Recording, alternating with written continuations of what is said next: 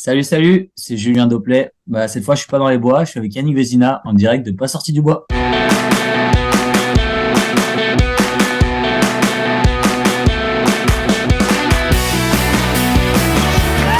messieurs, votre gagnant, 610 Si tu commences à te sentir bien en courant un ultramarathon, fais-toi-en pas, ça va passer.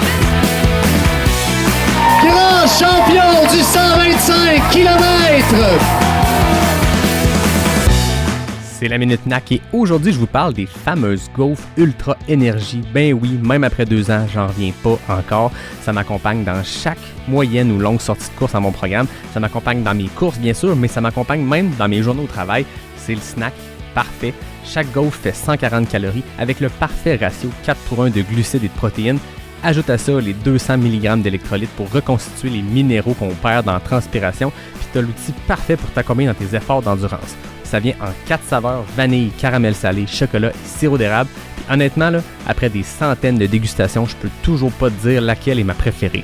Si t'as pas encore essayé cette petite révolution-là, c'est le temps de le faire. Va sur le nac.com, remplis ton panier, puis si c'est ton premier achat, utilise le code promo pas sorti du bois pour avoir 15% de rabais. PASSORTIDUBOIS.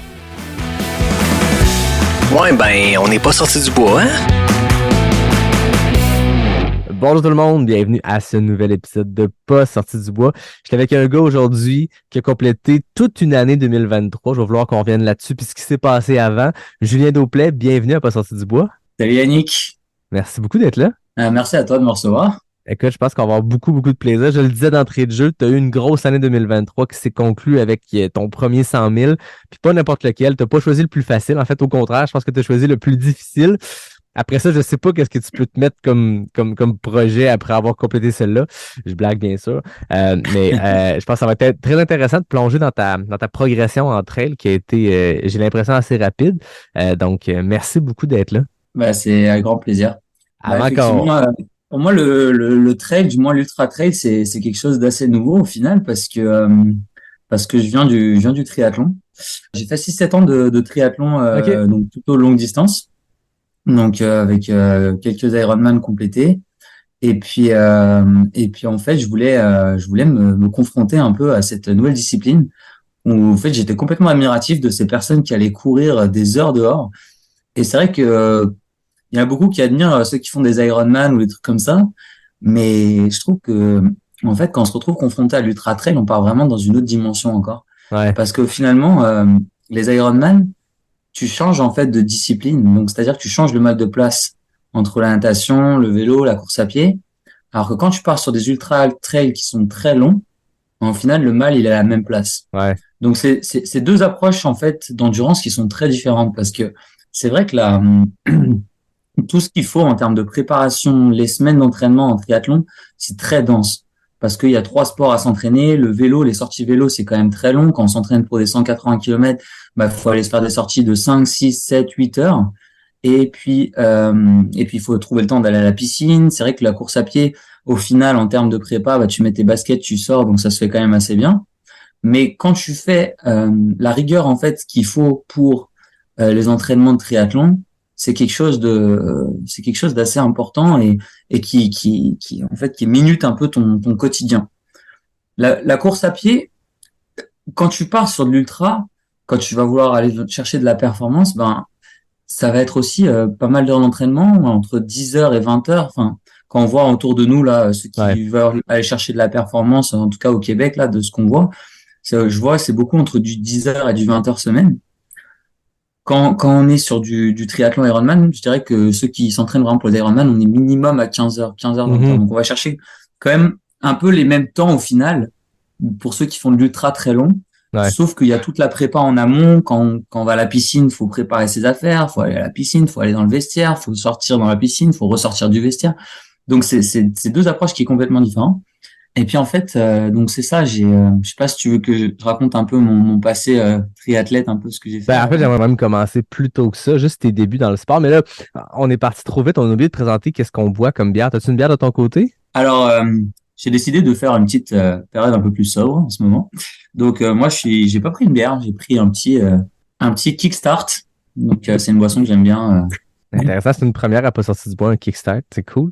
Moi, de mon côté, même si j'étais en off-season, j'étais allé avec une bière, mais en fait, parce que je suis en off-season, j'étais allé avec une vraie de vraie bière. C'est une NEPA locale de mes amis chez Noctem qui sont partenaires, donc ça s'appelle la retombée sur ses pattes, une New England IPA à 5,5%. Quand même Ok. sage. C'est très sage. Pour un mardi soir, c'est très sage. Quand même. Ah ben, santé à toi, merci d'être là. Santé à toi. Donc, je le disais, c'est ça Alors, en entrée de jeu. Tu as un parcours ouais. assez diversifié. Puis là, on est entré vif dans le sujet. On avait tellement hâte d'en jaser quand on a skippé la question de la bière. Mais avant le triathlon, d'où ça t'est venu cet attrait-là pour le sport? D'où tu viens d'ailleurs? Parce que tu vis à Montréal depuis un bout, mais tu es originaire de quel endroit? Alors, alors là aussi, ça peut être quelque chose qu'on peut parler pendant longtemps parce qu'en fait, j'ai vécu mes 11 premières années en Afrique. Ah ouais, OK. Ouais. De 0 à 5 ans, j'étais au Burkina Faso, à OK. Ouagadougou. Et de 6 ans à 11 ans, j'étais en Namibie, à Wow. Windhoek. La Namibie, je sais pas aussi tu vois où c'est Ouais. juste au-dessus de l'Afrique du Sud, sur la côte ouest. Ouais. Qu'est-ce qui t'a Et amené donc, là? Tes parents, ils vivaient là? ouais. En fait, était ingénieur agronome. Je dis était parce que en rentrant en France, il s'est complètement reconverti. Aujourd'hui, il est musicien et il fait des concerts à travers la France. Wow, très cool. Donc, il a vraiment changé de profession en rentrant en France. Mais donc, je suis arrivé vraiment en France à l'âge de 11 ans. OK. Et c'est vrai que cette enfance en Afrique, en fait, elle m'a vraiment donné le goût de l'aventure et de vouloir partir à l'étranger, découvrir d'autres cultures. J'ai eu la chance, Burkina, donc de 0 à 5 ans, donc j'ai peu de souvenirs. Je me souviens surtout que il y avait ma mère qui me douchait, qui me douchait dans la brousse, dans des bassines. C'est les plus, en gros, c'est après les souvenirs que j'ai du Burkina. Et en Namibie, j'ai énormément de souvenirs parce que du coup, j'étais donc de 5 ans et demi à 11 ans.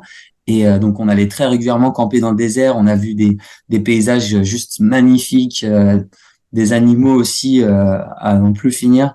Donc, j'ai eu cette enfance, en fait, un peu, je dirais, dorée jusqu'à 11 ans, où, euh, où ça m'a donné un goût de l'aventure et de découverte du monde qui m'a toujours suivi, en fait, derrière. Ouais. Et c'est vrai que le retour en France a été un peu compliqué parce que j'arrive en région parisienne à l'âge de 11 ans et quelque chose que je dis souvent, c'est que partout où j'ai été, j'ai toujours été l'outsider. Parce que quand j'étais au Burkina, j'étais le français, quand j'étais en Namibie, j'étais le français, quand j'étais en France, j'étais l'africain. Quand je suis parti après, je suis reparti plusieurs fois à l'international, j'étais le français de nouveau. Donc j'ai toujours été comme d'ailleurs en fait. Est-ce que Et t'es bien dans cette position-là où tu dis que t'es toujours un peu ouais, l'outsider? ouais, j'aime beaucoup. Ouais. J'aime beaucoup en fait parce que je trouve que le mélange de culture, c'est quelque chose que j'aime beaucoup, en fait, qui me définit. Et en fait, que j'aime ou que j'aime pas, ça a toujours été là où j'ai été. Donc, Ah oui. faut bien aller. Mais non, l'enfance que j'ai eue en Namibie, elle était juste magnifique. Enfin, une semaine sur 3, on avait campé dans le désert. Je sais pas si t'as vu un peu des photos du désert de Namibie. Il y a un demi-marathon des sables d'ailleurs qui se lance Ouais, c'est cette ça, j'ai année, vu. qui se lance là-bas dans le désert du Namib. Wow. Donc, avec 2 jours à Swakopmund, la traversée du désert du Namib, 2 jours dans le Swakopmund et puis 3 jours dans le parc Etosha. Donc, tout ça, c'est des endroits que je connais, en fait, où je étais déjà allé quand j'étais jeune. Et puis, euh, et puis non, c'est juste incroyable. On a eu des histoires, on s'est fait attaquer par des autruches. On a eu une fois, on était dans des lodges. Il y a un éléphant qui est venu, qui a bu dans la piscine. On était tous dans les maisons en train de le voir boire dans la piscine. Enfin, on a eu plein d'histoires juste de dingue et qui donnent vraiment ce goût de l'aventure, quoi. Ouais. Fait que très tôt, c'était déjà ancré en toi, ce goût de l'aventure, le goût des grands espaces, du plein air. Je comprends que tes Ouais, parents, dans l'éducation qu'ils t'ont donnée, il y avait ça aussi d'aller sortir, d'aller camper, d'aller visiter des endroits. C'est sûr que ça façonne d'une façon où on est peu surpris de voir le parcours que tu as eu par après, là.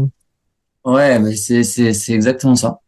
Et donc cette enfance en Afrique, retour en région parisienne, donc très dur parce que parce qu'on perd un peu cette notion des grands espaces, parce que c'est pas du tout la même mentalité aussi. Il y a quelque chose en Afrique j'ai voyagé après mes études aussi. Enfin, j'ai travaillé, je reviendrai par la suite là, mais j'ai travaillé dans d'autres pays à l'international avant d'arriver au Canada.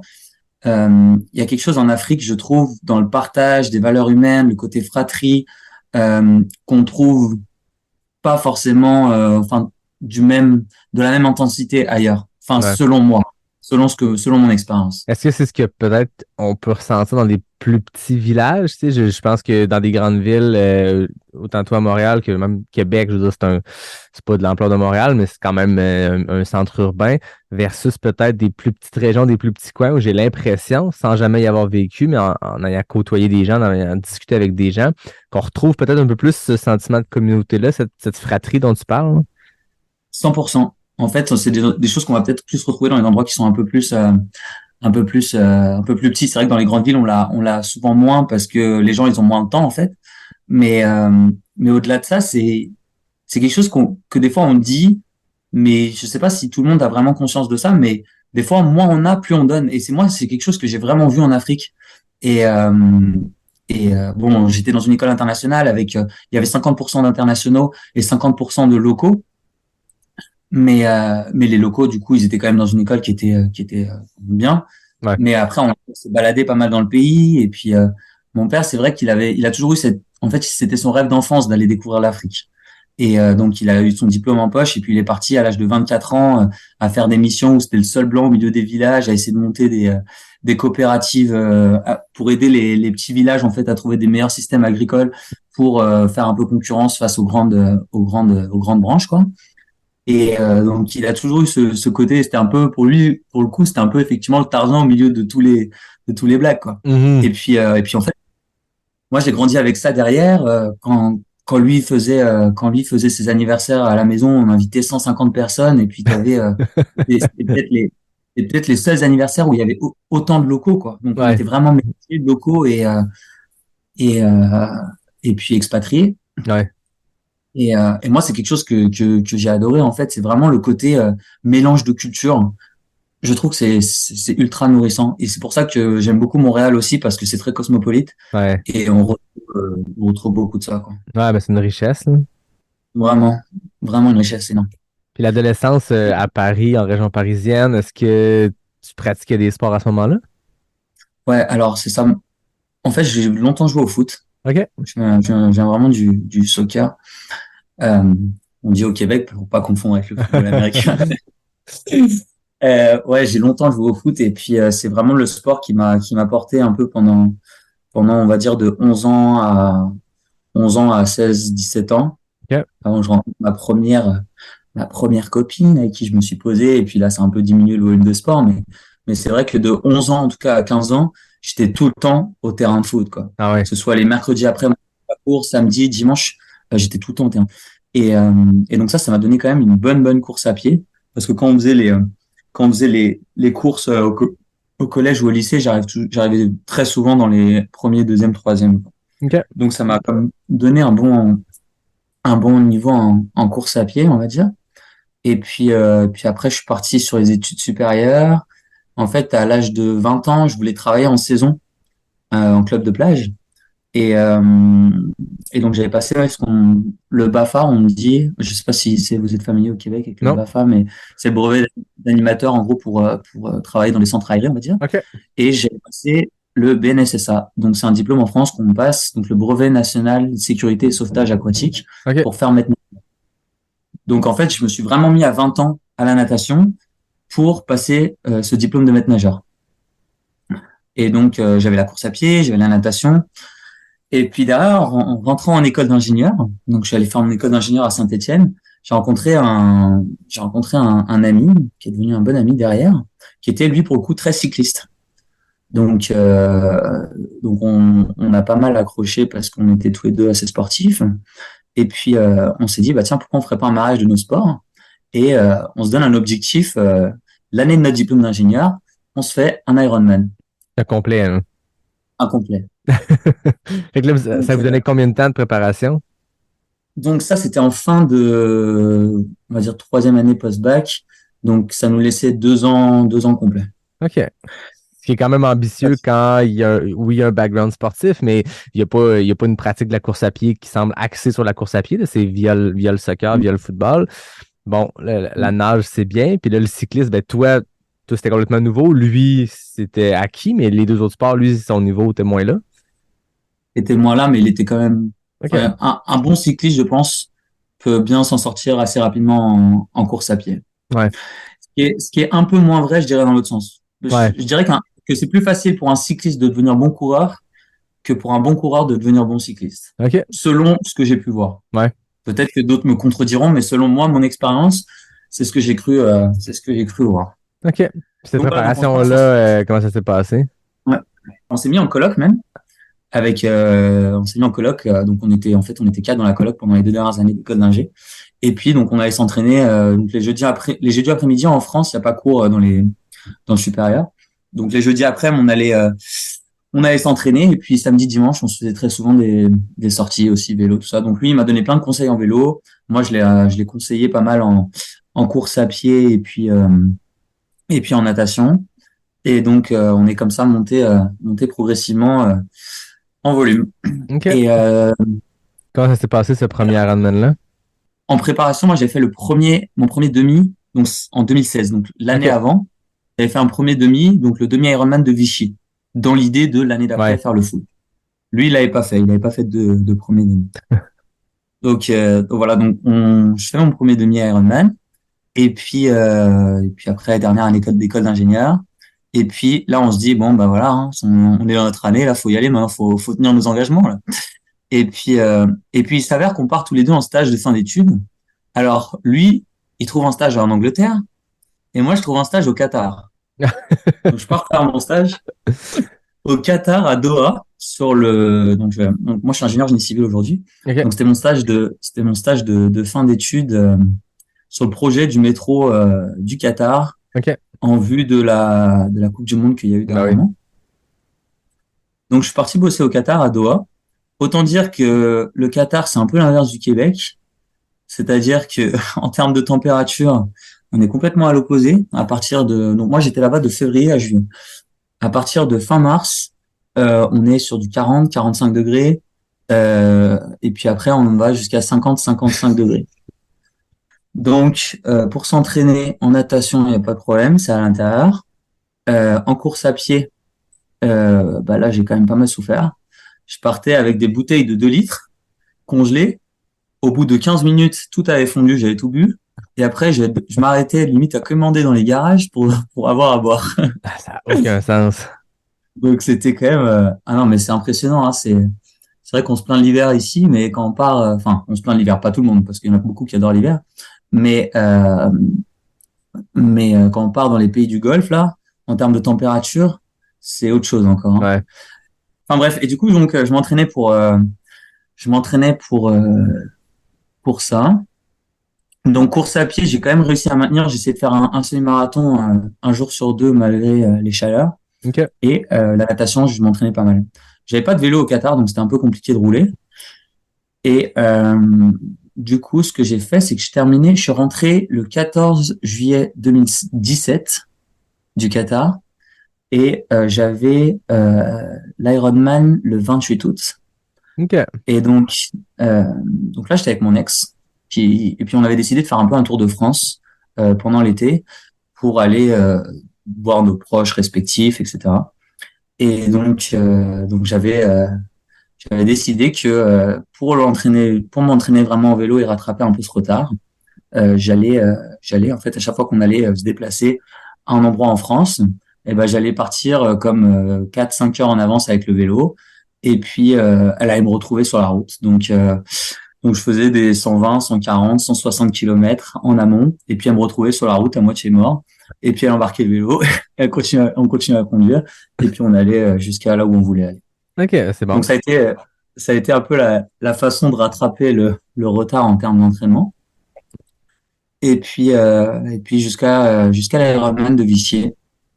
Donc on dit anything is possible sur un Ironman. Mais c'est vrai que tant qu'on l'a pas fait l'Ironman, ça paraît comme impossible pour beaucoup.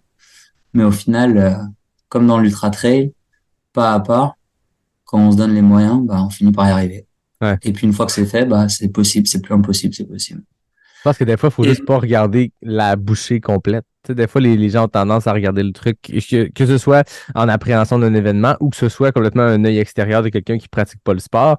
Il voit une course de 100 km, il dit, ben non, vous n'allez pas courir ça, ça n'a aucun sens. Mais quand tu es à l'intérieur, tu te répètes pas pendant 10 heures qu'il te reste 99, 98, 97 km. Il faut y aller segmenter les trucs. J'ai l'impression que j'ai pas fait d'Ironman moi-même, mais pour avoir parlé à des gens qui en ont fait, des gens qui ont fait du triathlon, ça revient à ça, ça revient à de la segmentation. Tu vois pas la bouchée complète. 100%. 100%. C'est exactement ça. Je pense que tu as très, très bien résumé ça.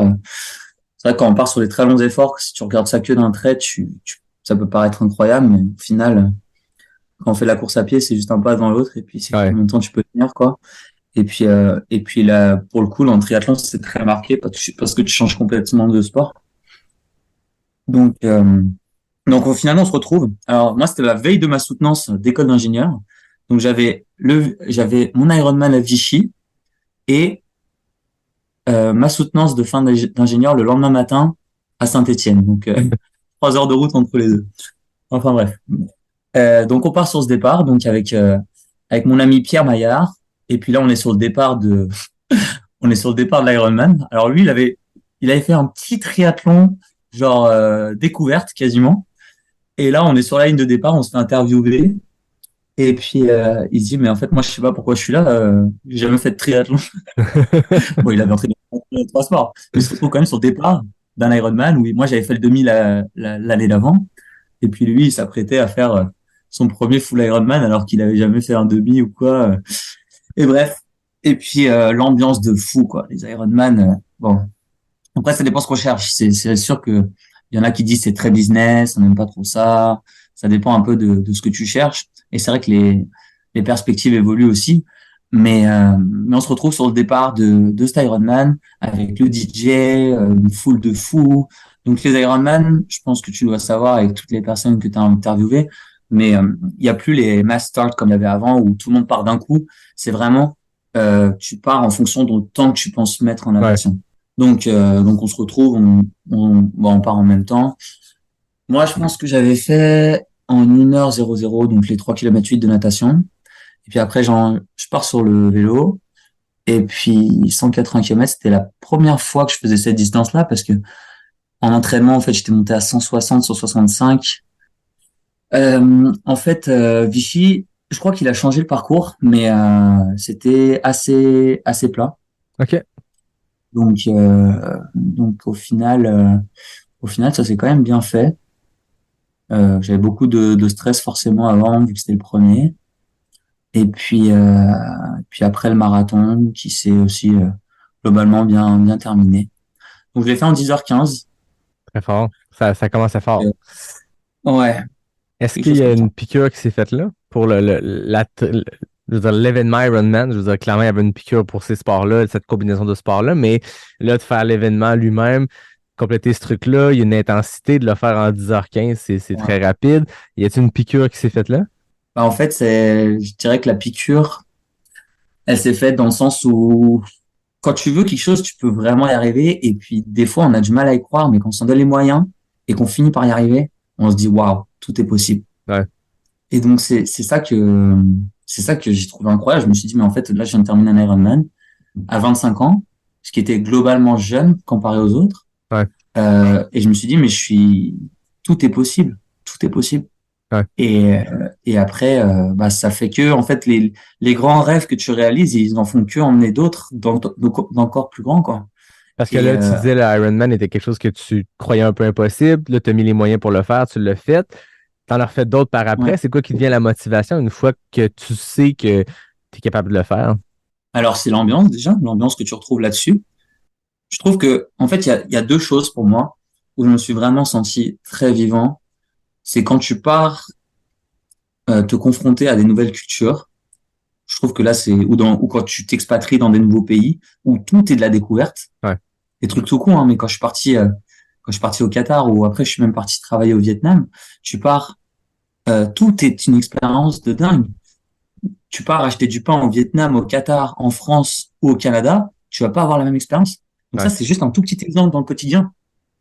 Et derrière, tu multiplies ça sur tout, et ben ça fait que t'es toujours en ébullition et en découverte. Ouais. Donc l'expatriation, c'est une chose, mais le sport aussi, quand on se pousse autant dans ces retranchements où on va chercher loin, bah, c'est des moments très très forts. Ok, il y a l'endorphine qui est là, mais c'est des moments en fait où il y a très peu de moments où on se sent aussi vivant que quand on fait ça, je trouve. Ouais. dans tout ce qui se passe au quotidien. Et après, tu entends des personnes qui se plaignent au quotidien pour des futilités, en fait, t'as l'impression, par rapport à toi où tu étais à ton 170e kilo, t'as plus rien à boire, t'as plus rien à manger, t'es en train de pousser au maximum.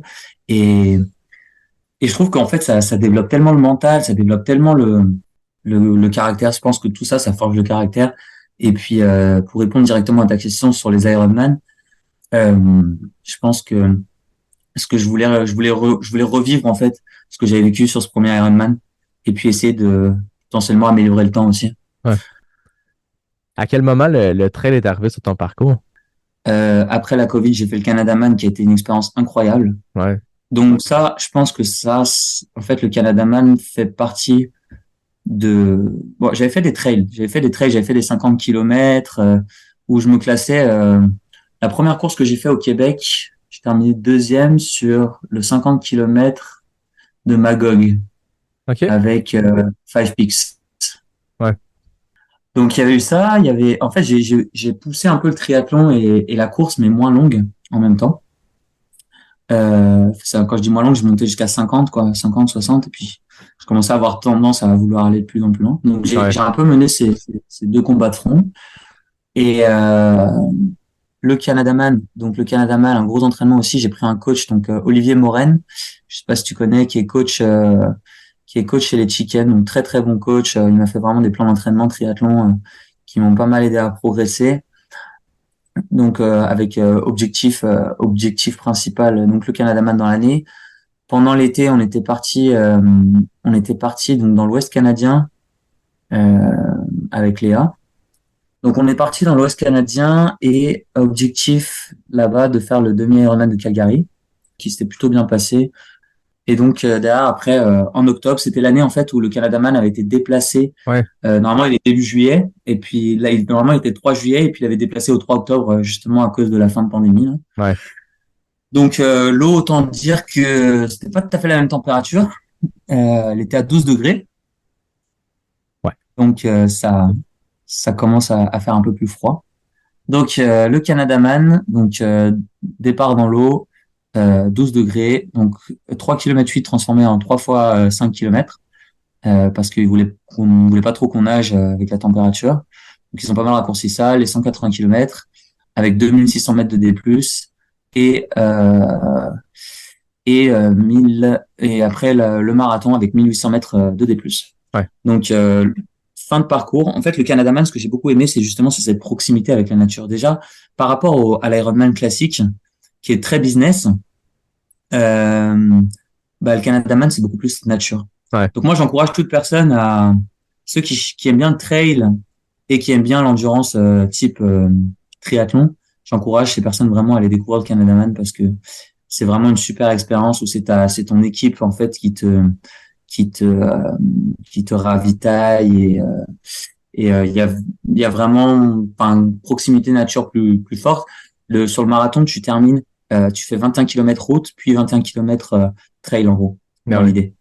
Donc t'as cette proximité nature que t'as beaucoup plus que il appartient pas à la série Ironman, il appartient à la série Extreme Triathlon. Ouais. Donc c'est pas tout à fait la même. Et puis voilà. Et en fait, ce Canadaman, donc je termine 6e. Donc 6e overall, premier d'âge group. Et donc très très content de cette épreuve. Et puis voilà. Et puis après, l'année dernière, j'ai fait l'Ironman de Nice, où j'étais sponsorisé par ma boîte. Et après, je me suis dit, à la fin de l'Ironman de Nice, j'en ai marre du vélo. Ça me fait beaucoup trop tard. Je vais poser mon bike. Donc je pose mon vélo le 26 juin 2022 à la fin de l'Ironman de Nice. Je fais, toi, je te garde, mais on va pas se voir avant un petit moment. Ensuite, je voulais terminer sur une longue natation aussi, donc pour clore un peu le chapitre natation pendant quelques temps avant de me mettre vraiment sur le trail. Donc j'ai fait la traversée du lac Simon, donc 12 km. 12 km nage, belle expérience aussi, j'ai beaucoup aimé. Donc là, je termine 4e overall. Bon, on n'était pas beaucoup, on était 13 à nager. Je termine 4e, 2e homme. Il y a 2 femmes qui étaient vraiment très très fortes. Et puis là, donc je pose la natation là, et là je me dis maintenant trail. Moment parfait pour prendre une pause pour un message d'un partenaire, puis on va rentrer à fond la caisse dans le trail de l'autre côté. C'est la minute de la coach avec Natacha Gagné. Dans tes conseils pour les coureurs en hiver, tu nous parlais de choisir le bon équipement. Qu'est-ce que tu voulais dire par là? Bien, si on parle de vêtements l'hiver, c'est important de penser à régulariser notre température corporelle. Il y a plusieurs trucs qu'on entend, comme celui de s'habiller à 10 degrés de moins. Faut pas, quand on sort, avoir trop chaud, puis faut pas avoir trop froid non plus. Je dirais qu'en premier lieu, il faut penser couvrir nos extrémités. En deuxième lieu, il faut penser à notre respiration. Fait que surtout quand il fait très froid, là, couvrir notre nez pour pouvoir bien respirer, c'est une bonne idée. Souvent, je vais suggérer aux gens de partir avec 2 tubulaires. En mettre un directement sur leur nez, en mettre un sur leur cou, le monter au besoin, ou s'ils n'ont pas besoin de le monter, bien juste de pouvoir le changer.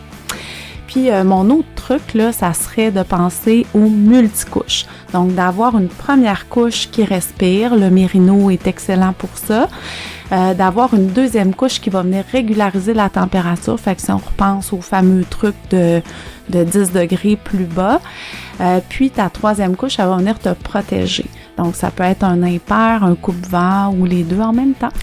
Pour parler d'espadrille, il va falloir écouter le prochain épisode. Yes. Merci Natacha. Merci à toi. Le trail arrive, à fond la caisse, on tasse les 2 autres sports. C'était quoi les objectifs que tu avais à ce moment-là? Alors, je me suis dit, je vais rentrer directement dans le vif du sujet parce que je veux voir, on dit toujours les Ironman, c'est des machines de guerre. Bon, ok, très bien, je suis une machine de guerre, j'ai fait 4 Ironman. Est-ce que je suis vraiment une machine de guerre? Boum, je vais me mettre sur le 113 km de l'UTCC. L'année dernière, j'avais fait le 62 km. Ok. L'année d'avant. Ouais.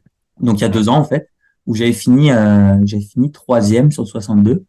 Derrière Rémi Leroux, qui est fini premier, et puis méchante machine, Rémi Leroux, en passage. Ouais, quand même. Hein? Bravo à lui. Immense saison cette année. Ouais. Et puis un certain Maxime aussi qui habite à Québec. Ok. Donc voilà, j'ai fini comme 25 minutes derrière Rémi, je pense, sur le 62 km. Il a dû le faire en 8 heures et je l'avais fait en 8h28, un truc comme ça. Ok. Bref. Donc, j'avais adoré aussi l'UTCC et je m'étais dit, j'ai déjà fait le 62.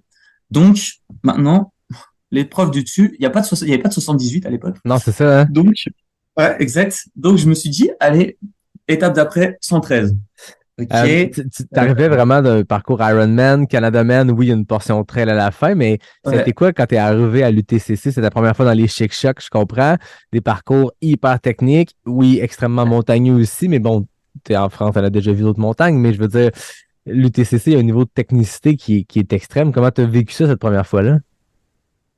Alors, sur les 62 km ou sur les 113? Ben, dans les 2 cas. 62, c'était ta première course de trail plus dans du technique comme ça? Ouais, c'était ma première course de trail dans les techniques comme ça. Alors, cette course, elle a été magnifique dans le sens où j'ai rencontré un coureur et on s'est tiré la bourre pendant 50 bornes pour rester sur le podium. Ça a été incroyable. Ça a été incroyable, cette expérience-là, et je suis encore en contact avec lui. Il est coach à l'OA, il est coach, il me semble, à Sherbrooke. OK. Et donc, ça a été incroyable parce que sur 50 kilos, on a travaillé ensemble, mais sur la dernière partie, on a bombardé pour rester. C'était, à un moment, on avait plus d'eau sur une grosse partie, il y avait plus d'eau sur le ravito, là, sur la dernière partie de l'UTCC. Et, on était tous les deux avec notre bouteille, là, pour filtrer l'eau. Ouais. Et on se regardait comme ça. OK, s'il repart, je dois repartir. S'il repart, je dois repartir. C'était dingue. Et donc, on s'est tiré la bourre comme ça tout du long. Et puis finalement, sur la dernière descente, il y a une dernière descente de 5 km là sur l'UTCC. Là, j'ai pas mal envoyé. Et puis finalement, je suis resté j'ai conservé la 3e position. Donc voilà, donc j'avais fait un petit podium sur le 62. La technicité, en fait, je l'avais senti technique, surtout quand tu arrives sur le mont Albert. Là, c'est quand même assez technique. Là, toutes les parties rocailleuses, etc. Ouais. Là, c'est quand même impressionnant. Mais bon, j'avais adoré la course parce que quand tu te retrouves justement au haut du mont Albert, tu regardes, t'as pas du tout de végétation, c'est d'autres décors qu'on n'a pas l'habitude de voir au Québec. Parce que au Québec, beaucoup de courses, c'est quand même forêt. Ouais, c'est ça. Ben, l'attrait souvent des courses au Québec, il y en a quelques-unes avec des points de vue sommet, mais c'est souvent, tu sais, par exemple, un Ricana ou autre, que c'est hyper sauvage, c'est profond dans le bois, mais c'est ça. C'est du sentier technique, puis tu vois pas à droite ni à gauche parce que la forêt t'entoure et est super serrée. Là, tu arrives au Chic-Choc, c'est les grands espaces. C'est comme tu le dis, Mont-Albert, le sommet de ça, c'est complètement unique. Là. Qu'on le fasse à l'UTCC ou dans la vie de tous les jours, en mode rando, en mode course, peu importe, c'est une expérience qui est unique. Là. Exactement. Et c'est ça que j'ai adoré en fait à l'Ultra Trail des Chic-Chocs. Les parcours qu'il y a là-bas, c'est magnifique. Et moi, s'il y a une course que j'ai à recommander aujourd'hui, alors j'ai pas fait Arikana encore. Hein. J'ai pas fait Arikana, mais bon, je suis allé à Arikana. J'ai pas mal d'amis qui la courent forcément, mais je l'ai pas couru entièrement, donc je peux pas trop comparer en termes de paysage. J'ai entendu beaucoup que c'était comme la plus belle affaire au Québec. À de nombreuses reprises, j'ai entendu ça, donc ce serait comme une prochaine là. Mais mais en tout cas de mon expérience, je vraiment je conseillerais d'aller faire l'UTCC. Ouais. C'est un peu plus perdu, c'est d'autres paysages. C'est sûr que c'est plus loin, mais ça vaut la peine. Ça vaut vraiment le déplacement. Là. Ouais. Puis l'équipe d'organisation est super aussi. Ouais. Donc non, vraiment, je recommande cette course. Donc, pour revenir après sur le post-triathlon UTCC, donc le 62 l'année d'avant, j'ai terminé l'Ironman de Nice. Une semaine avant, j'ai fait ma traversée de 12 km à la nage du lac Simon. Et puis c'est la semaine d'après, 113 km ultra Chic-Choc. Et là, je fais, ok. Et là, j'étais pas très serein là en fait. Donc j'étais avec Léa là à ce moment-là. Donc Léa, c'est ma copine. Enfin, c'était ma copine là à ce moment-là. Et donc là, je me retrouve la veille du départ. Je me dis, mais en fait, je suis pas si sûr là. 113 km, je suis pas si sûr là. Et juste 5 minutes avant le départ, 5 minutes avant le départ, je lui dis, je crois que j'ai fait une connerie, Léa là. Et là, elle me fait, bah, je crois que c'est trop tard en fait. On est rendu là. On est rendu là. Et donc voilà, on est parti pour donc c'est l'année où il y a Julien Yamba et Kim Godet là, qui ont gagné la course. Et donc on est parti pour les 113 km de l'Ultra Trail des Chic-Chocs. J'ai jamais couru plus de 62 km sur un terrain comme les Chic-Chocs. Ça va être long, ça va être compliqué. Et bref, je pars. Alors au début, on se fout un peu de ma gueule parce que j'ai une clochette.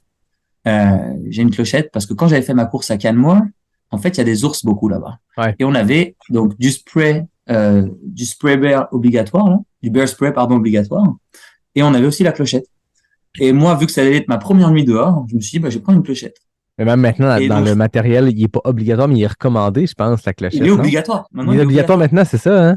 Ah ouais, il est obligatoire. Depuis l'année d'après. T'es un précurseur. Ouais, je sais pas si c'est un lien ou pas. Parce qu'en fait, Kim Godet s'est foutu de ma gueule. D'ailleurs, à la fin de notre podcast, en fait, voilà, regarde. Donc là, je pars, je cours. Et puis, on arrive en pleine nuit, il doit être vers 23h. Je double Kim Godet qui avait un peu d'avance sur moi à ce moment-là. Et puis, je commence à prendre de l'avance un peu. Et là, il y a Kim qui fait « Julien, attends !» Parce qu'en fait, on entendait des coyotes. Et elle, la clochette, elle la rassurait. Et du coup, bah, on a couru toute la nuit ensemble, comme ça, avec ma petite clochette. Et donc, ouais, donc on avait pas mal rigolé là-dessus. Et bref, et donc, je cours. Et puis, 60... Avec Kim, on est 5e et 6e de course. En gros, on court, il y a 3 élites qui sont là. Donc il y a Julien Yamba qui est vraiment très très bon. Et puis 2 autres dont je me rappelle plus les noms. Bref, on court et puis j'avais fait une petite erreur aussi d'organisation. En fait, j'avais jamais été gêné par des chaussures moi jusque 62 km, j'avais jamais été gêné par des chaussures. Sauf que quand tu pars sur du 113, là, ça peut vite devenir très dérangeant. Et en fait, j'avais acheté une paire de chaussures, le truc complètement de débutant, l'avant-veille de course. J'avais pas du tout cassé les chaussures. Et des chaussures un peu trop petites aussi. Alors, j'ai appris après coup qu'il faut prendre des chaussures qui font une pointure et demie au-dessus. Mais avec mon expérience de trail, d'ultra trail de l'époque, j'avais pas encore T'as appris à la dure. bon, ouais. Ouais. Donc, bref, on court. Et puis, on court toute la nuit avec Kim. Et puis au petit matin, en gros, Kim me dit bon bah t'es bien gentil, merci pour ta clochette, merci pour la nuit. Et j'étais incapable de suivre en fait. Et en fait, dès que je descendais, en fait, c'est surtout que je commençais à avoir des douleurs qui étaient vraiment fortes au niveau des pieds. parce que à chaque fois que je descendais, ça tapait le bout des pieds, et puis c'était juste plus possible. Donc malheureusement, j'ai DNF au bout de 14h40 en sixième position avec Kim. Et là vraiment, je crois que j'avais comme 3 kilomètres à rentrer pour aller au lac Cascapédia Ouais. sur le retour par un raccourci qu'il y avait là où j'étais, et j'ai dû mettre 1 heure et demie, quoi. J'avais vraiment mal aux pieds. Wow. Donc voilà. Donc ça a été ma leçon. En fait, je voulais me prendre une leçon parce que j'avais pas encore eu de DNF ou quoi sur aucune de mes courses. Et là, je savais que potentiellement j'allais m'en prendre une. Et puis en fait, on dira que c'est comme ça qu'on apprend aussi. Exact. On apprend souvent dans ces moments-là. En tout cas, souvent, ça amène plus de réflexion post-course, d'analyser ce qui a marché, ce qui a moins bien marché. Puis on apprend énormément de ça. Puis c'est une bonne chose. C'est pas négatif. Ça peut le paraître sur le coup, ça peut le paraître avec du recul, mais c'est toujours la meilleure décision à prendre si, à ce moment-là, c'est la bonne décision. Puis c'est la seule qu'on peut voir dans notre tête. Puis après ça, ben, on a appris de ces choses-là, puis on rebondit plus vite, là. Ça donne une certaine fin quand même. Je suppose que cette année, quand tu t'es pointé à l'Ultra-Trail des Chic-Chocs, non seulement tu voulais bien performer, j'entends que tu aimes beaucoup la performance, la compétition, mais en plus, tu t'es dit, j'abandonne l'année suivante. Là, cette année, je vais tout donner, hein. Exactement. C'est exactement ça. Donc là, c'est sûr que cet abandon, il m'a donné faim. J'avais couru avec plusieurs coureurs sur la course, et je leur disais, ouais, ben, je suis un triathlète, je vais essayer des Ironman. Très souvent, c'était, ouais, mais en fait, on n'aime pas les Ironman. Ils se la pètent, les Ironman. Et j'ai appris beaucoup, en fait. J'ai appris beaucoup, et je remercie tous ces gens que j'ai rencontrés sur cette course, parce que je venais pour me confronter à autre chose, et je me suis vraiment confronté à autre chose. J'ai appris. Et je me rappelle qu'on parlait sur la finish line, et justement, il me disait, bah, ça tombe bien que tu sois là, parce que toi qui viens des Ironman, qu'est-ce que tu penses de l'Ultra Trail par rapport aux Ironman? Donc, il me disait ça, je venais de DNF, voilà. Je vais pas dire, ouais, les Ironman, non. Honnêtement, l'Ultra Trail, pour moi, je dirais que physiquement, je dirais que la rigueur d'entraînement pour le triathlon est très compliquée, enfin, très technique à gérer avec les semaines, mais que si on parle juste de douleur physique, mentale, je pense que l'Ultra Trail, quand on part vraiment sur du long, c'est quand même une coche au-dessus, selon moi. Ouais. Ben, surtout dans un terrain comme l'UTCC où, je veux dire, c'est une longue balade à un rythme qui est plus lent, donc c'est difficile. Je pense que l'Ironman, je veux dire, t'es sur un vélo de route, t'es sur un marathon de route, donc même si c'est un long effort en termes d'heures totales, ça demeure que t'es en mouvement rapide. En trail, c'est extrêmement difficile mentalement d'avancer à pas de tortue parce qu'il y a des sections que c'est comme ça. Mais l'UTCC a beaucoup de ces portions-là où t'avances pas, les kilomètres défilent à une vitesse hyper lente. Donc là, c'est là que le game mental embarque parce que c'est pas dur physiquement, entre guillemets. Je veux dire, oui, c'est dur parce qu'il y a une accumulation, mais le moment lui-même, c'est un sentier boueux, on avance comme on peut, c'est lentement et c'est lent et tout. Mais c'est mentalement que c'est extrêmement difficile là, de se dire, ben, faut que je continue. Puis j'ai 113 km à faire. Personnellement, je viens d'en faire 3 dans la dernière heure, tellement que c'est long et boiteux et difficile et technique. Ça détruit le mental, là. Alors, mon expérience de cette année, là, je vais y revenir après, mais cette expérience de l'UTCC de cette année, là, elle a été compliquée, ouais. Fait que là, DNF sur le 113 en 2022. 2023, comment se dessine ta saison? Est-ce que la diagonale, on l'avait pas encore nommé, mais est-ce que la diagonale était l'objectif ultime puis te construit autour? Alors ouais, c'est ça. En gros, donc DNF sur le 113.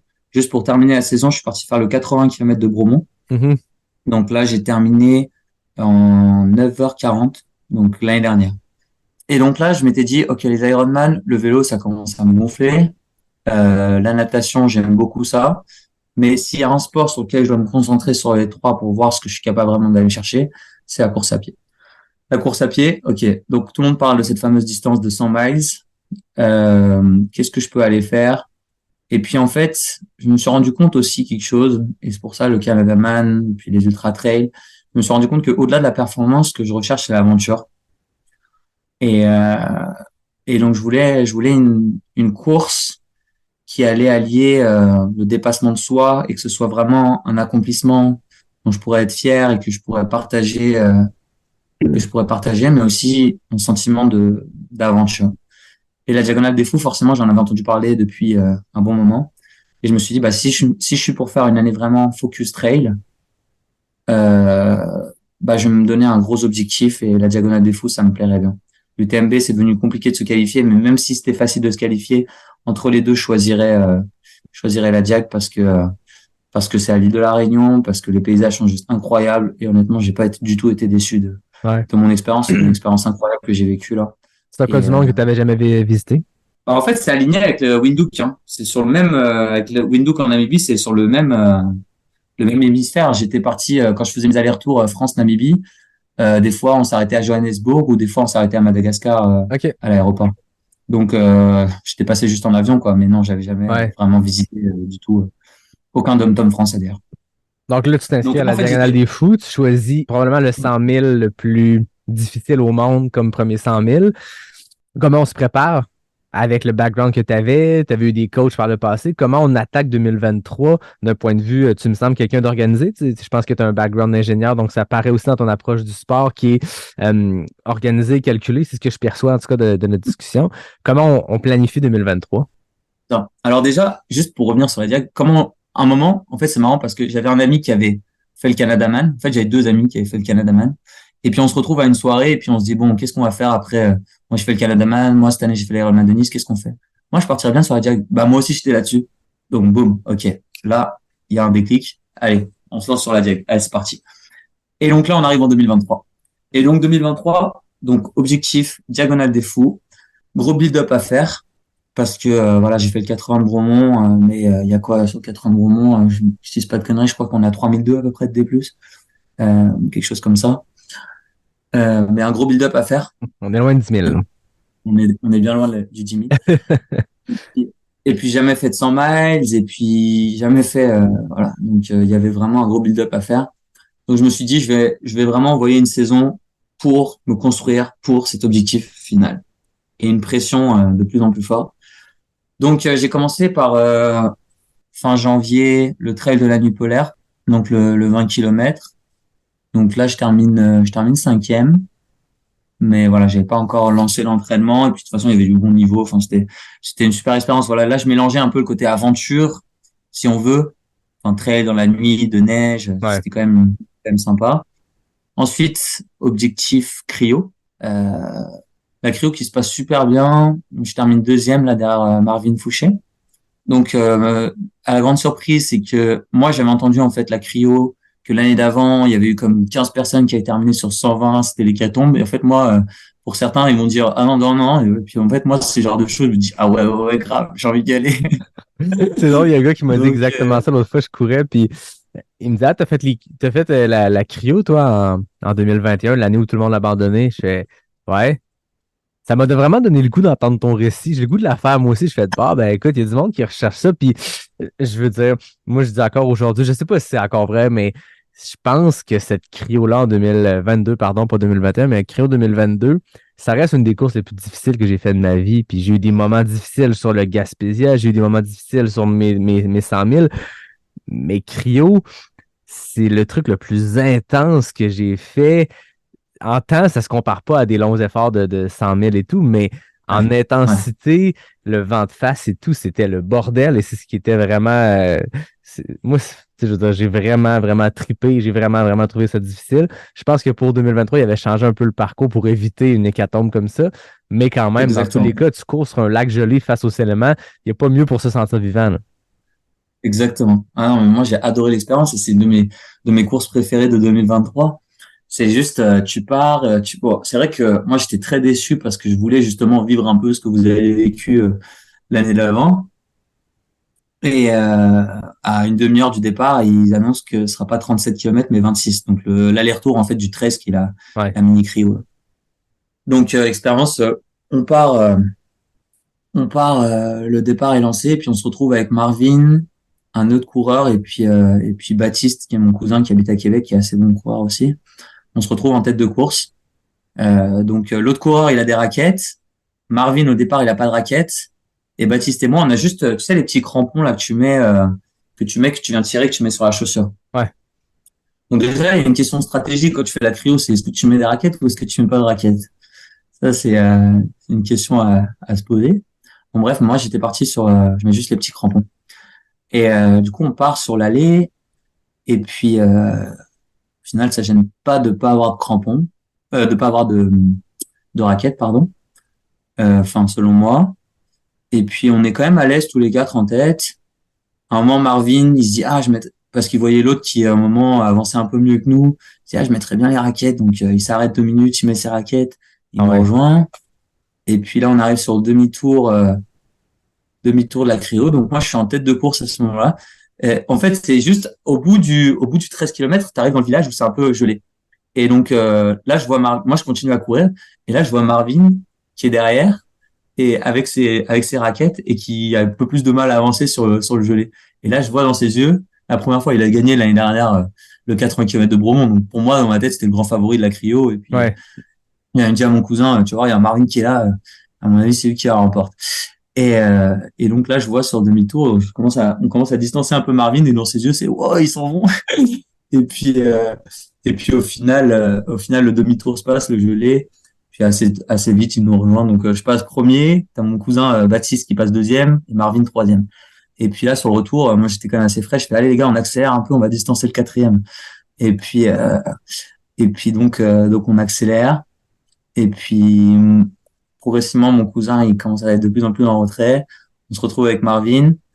Puis à un moment, t'as comme un peu plus de neige. Bon, Marvin est meilleur coureur que moi aujourd'hui, mais t'as un peu plus de neige et puis puis Marvin qui commence à prendre les devants un peu et puis finalement je termine 4 minutes 4 minutes derrière lui là au total. Okay. Mais très content de l'expérience et puis surtout en termes d'aventure, le soleil qui se couche, le vent qui souffle, la neige sous les étoiles. Enfin, c'est magnifique quoi. Ouais. J'ai adoré cette expérience. Honnêtement, c'était vraiment une belle expérience. Et puis, je conseille, en plus, faut récolter des fonds. Pour une bonne cause. Pour une bonne cause. Donc, moi, je conseillerais toute personne qui cherche un peu d'aventure, et qui veut un peu de dépassement, d'aller tenter la cryo. C'est le timing parfait, là. On est fin novembre, là. Fait que les gens écoutent. On leur a donné un peu la piqûre, je l'espère, le goût de le faire.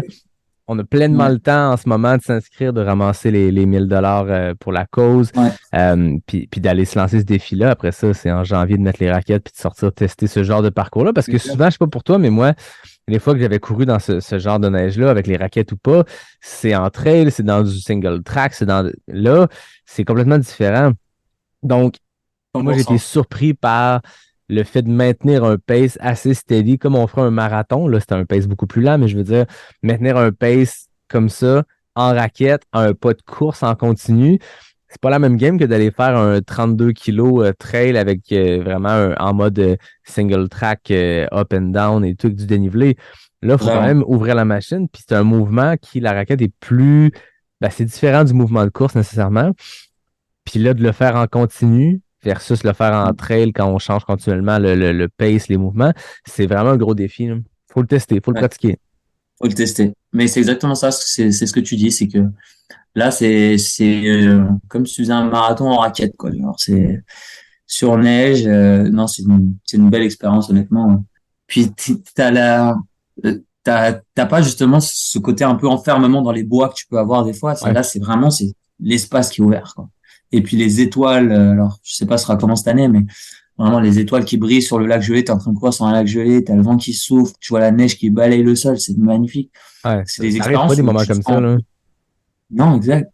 Et c'est ça que je trouve fou dans ce qu'on vit en fait, parce que où est-ce que tu vas vivre des choses comme ça? Si on revient sur l'UTCC 113 là, au GDNF, à un moment donné, j'arrive en haut d'un sommet et genre là, je me dis ok, là je vais m'arrêter 2 minutes. J'éteins ma frontale et je regarde le ciel étoilé et juste le bruit du vent qui souffle. Il est minuit, je suis au milieu de la montagne comme ça. Et genre, je me dis, waouh, c'est pour ça que je fais ça. Ouais. C'est pour ça que je fais ça. C'est unique ce qu'on vit. Parce que c'est incroyable. Donc voilà, donc la cryo se passe. Et puis donc, c'est bien mignon, 26 km, mais on est très loin des 165. Il va falloir monter un peu en volume.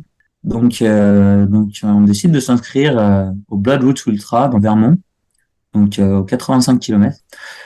Donc on part et puis c'est très bien été. En fait, c'était quand même globalement assez roulant, j'ai trouvé. Cette course-là, je l'ai gagnée. Donc j'ai couru, il y avait le 85 et le 50 qui partaient en même temps. Donc j'ai couru quasiment toute la course avec le premier du 50, qui était un jeune de 20 ans qui étudiait dans le domaine du sport, très bon coureur. Je pense qu'il a un vrai potentiel.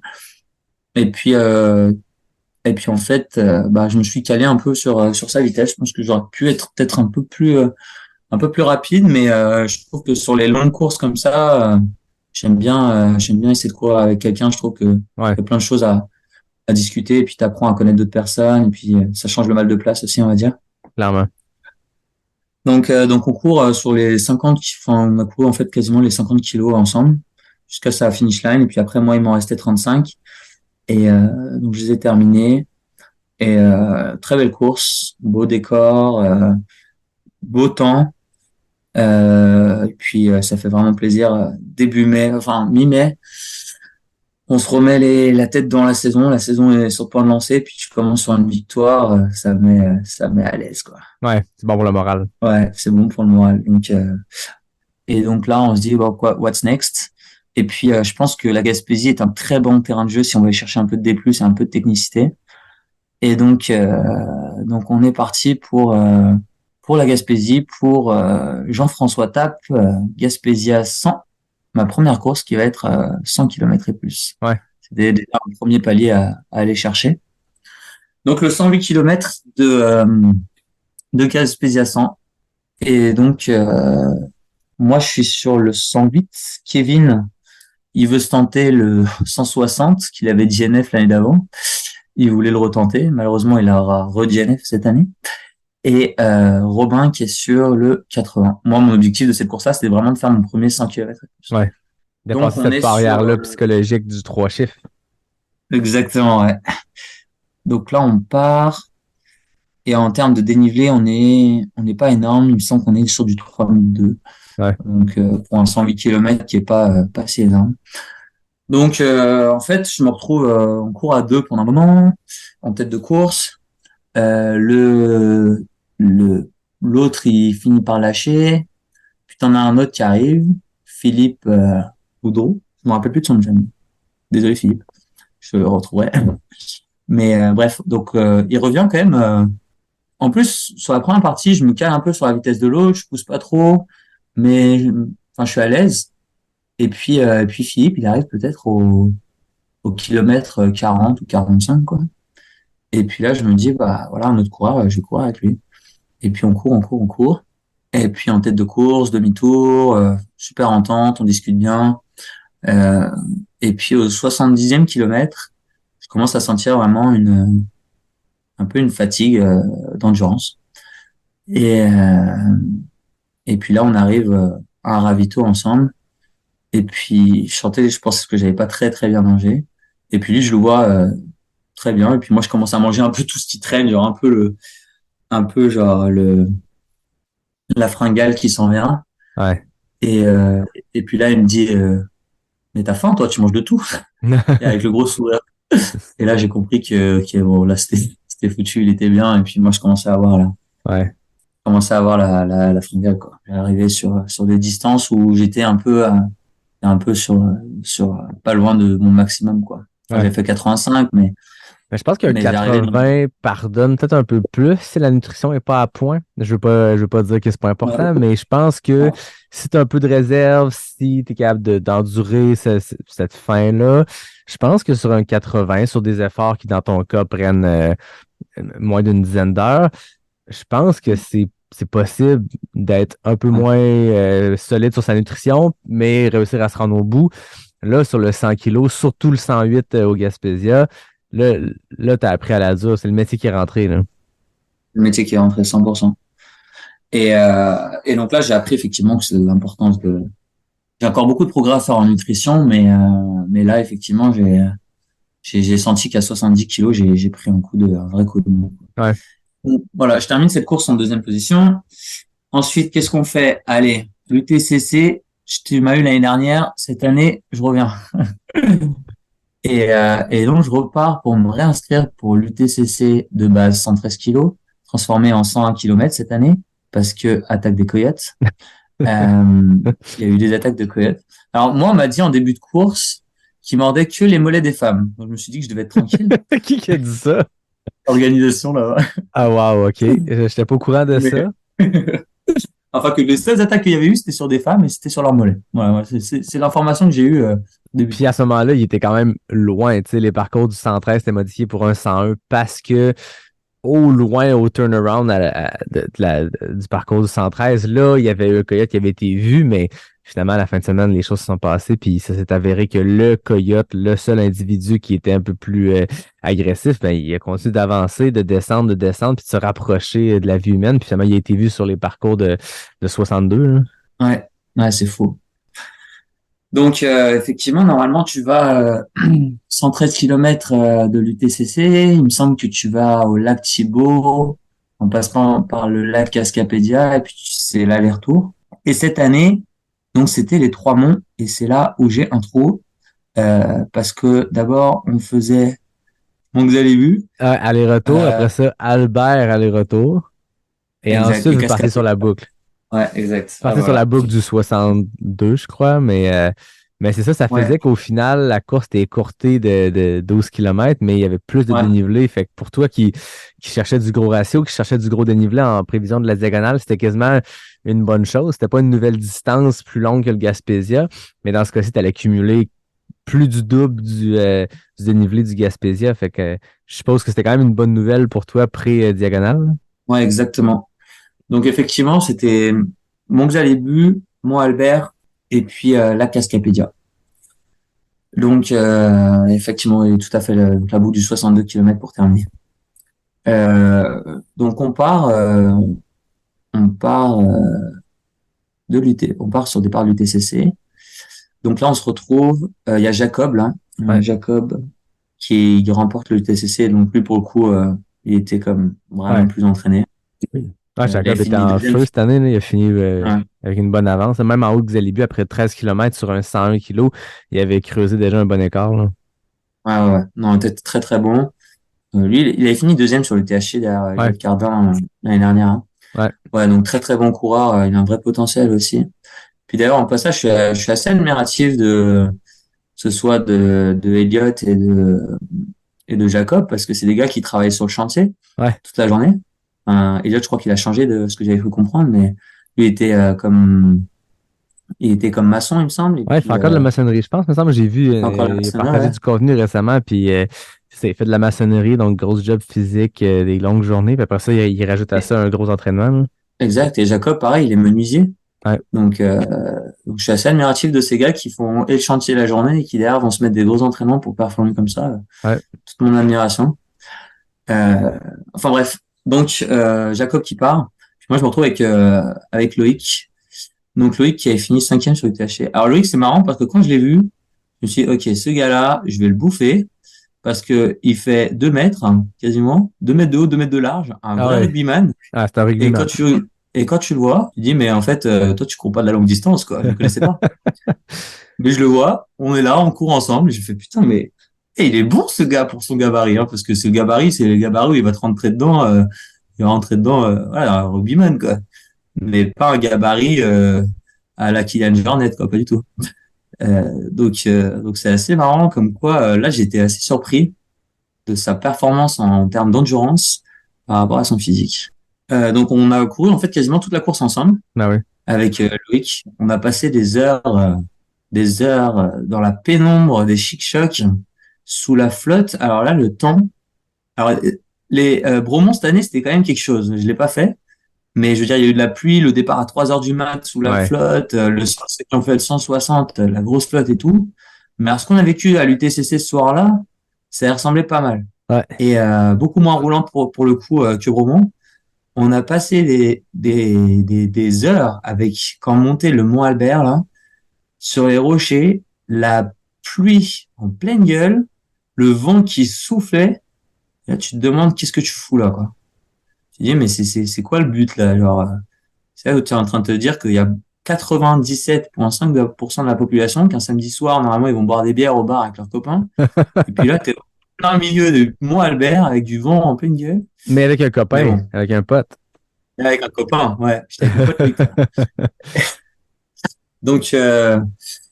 Donc, non, ça a été une nuit où j'ai énormément appris parce que là, pour le coup, prépa diag, on est en plein dedans. Effectivement, quand on part faire l'aller-retour, la Cascapédia en pleine flotte, c'est de la boue, mais vraiment de la boue. C'est des racines.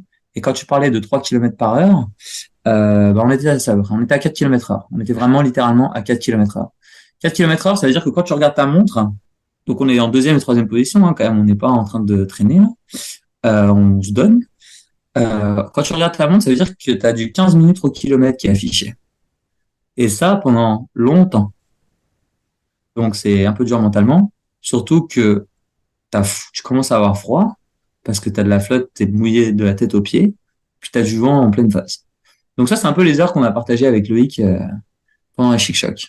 Ouais. Mais tu sais, ce que tu dis, c'est souvent ce qu'on entend par rapport à des élites qui vont gagner la Western State, qui vont ou des courses de ce calibre-là, puis qui vont un peu rendre hommage ou se mettre dans la position des gens qui, dans le mid-pack, dans le backpack, vont passer le double, le triple du temps sur le parcours. Tu sais, c'est le cas à la Diag aussi, entre le premier et le dernier. Puis des fois, c'est là que tu te rends compte que c'est des sports, c'est le même sport, mais c'est d'autant plus impressionnant, j'ai l'impression. En tout cas, c'est différent. La vitesse est moindre, mais le temps sur les jambes, la durée de course, des fois, de quelqu'un qui termine la Western en 29h58 puis qui sprint pour réussir à rentrer avant le cut-off, c'est aussi impressionnant que la personne qui le rentre en 14 heures. C'est Mais une carrément, longue journée dans le bois. C'est extrêmement impressionnant.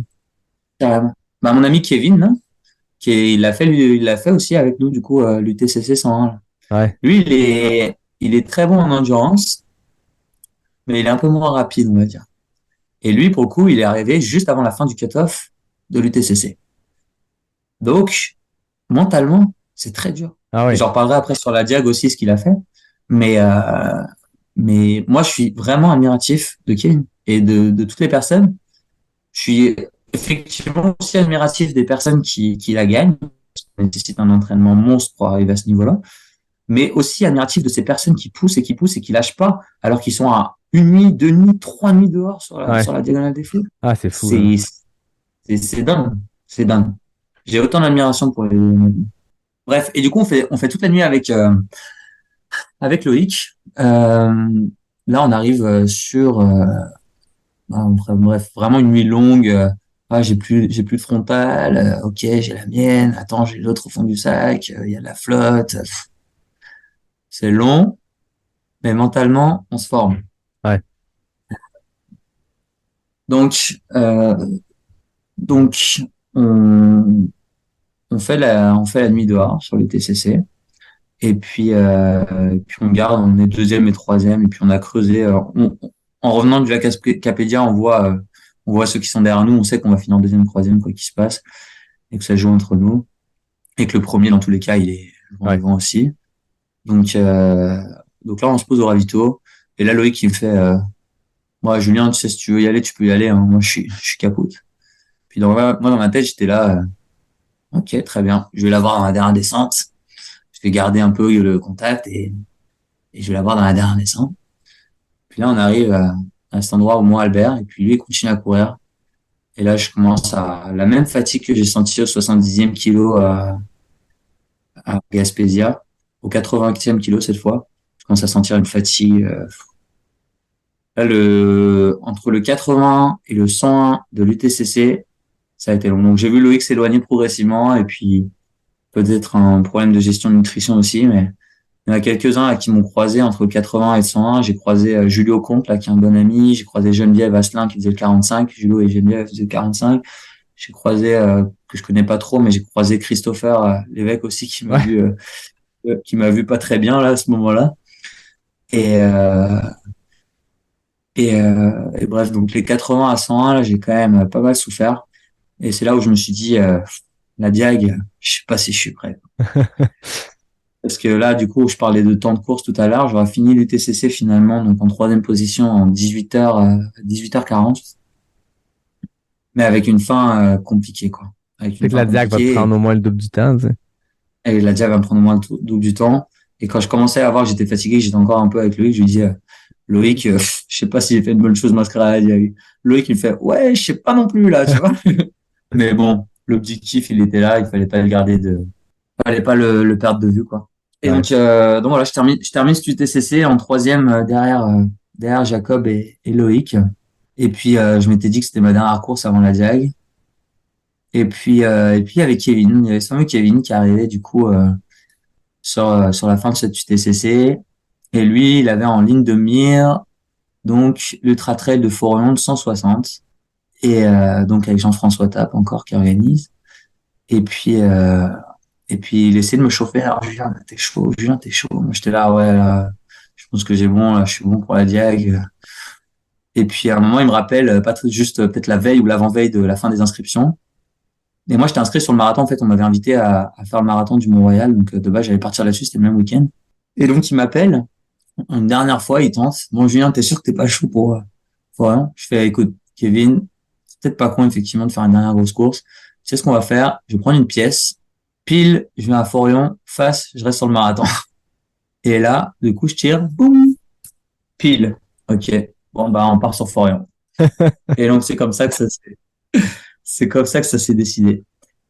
Et donc, 10 heures de voiture plus loin, je me retrouve sur de nouveau le 100 000 km de Forion. Donc, Kevin, qui avait DNF sur le Gaspésia à 160, là, il s'était remis sur un 160. En fait, je pense que mentalement, il voulait avoir fait un 100 miles avant de faire la Ouais. Mais dans ce cas-ci, on est Et quand même prêt, là. C'est quoi? C'est un mois pile avant la diag? ouais, exact, c'est exactement ça. Ouais, C'est un mois c'est pile. rapide, hein? Ouais, très rapide. Là, départ sur le 108. Et puis, je me retrouve très vite avec Thomas Duhamel, Ouais. qui est un bon ami à Mathieu Blanchard et qui avait déjà fait la diag 2 fois. Et je savais que il m'en avait parlé, Kevin, il le connaissait de réputation, moi je le connaissais pas encore.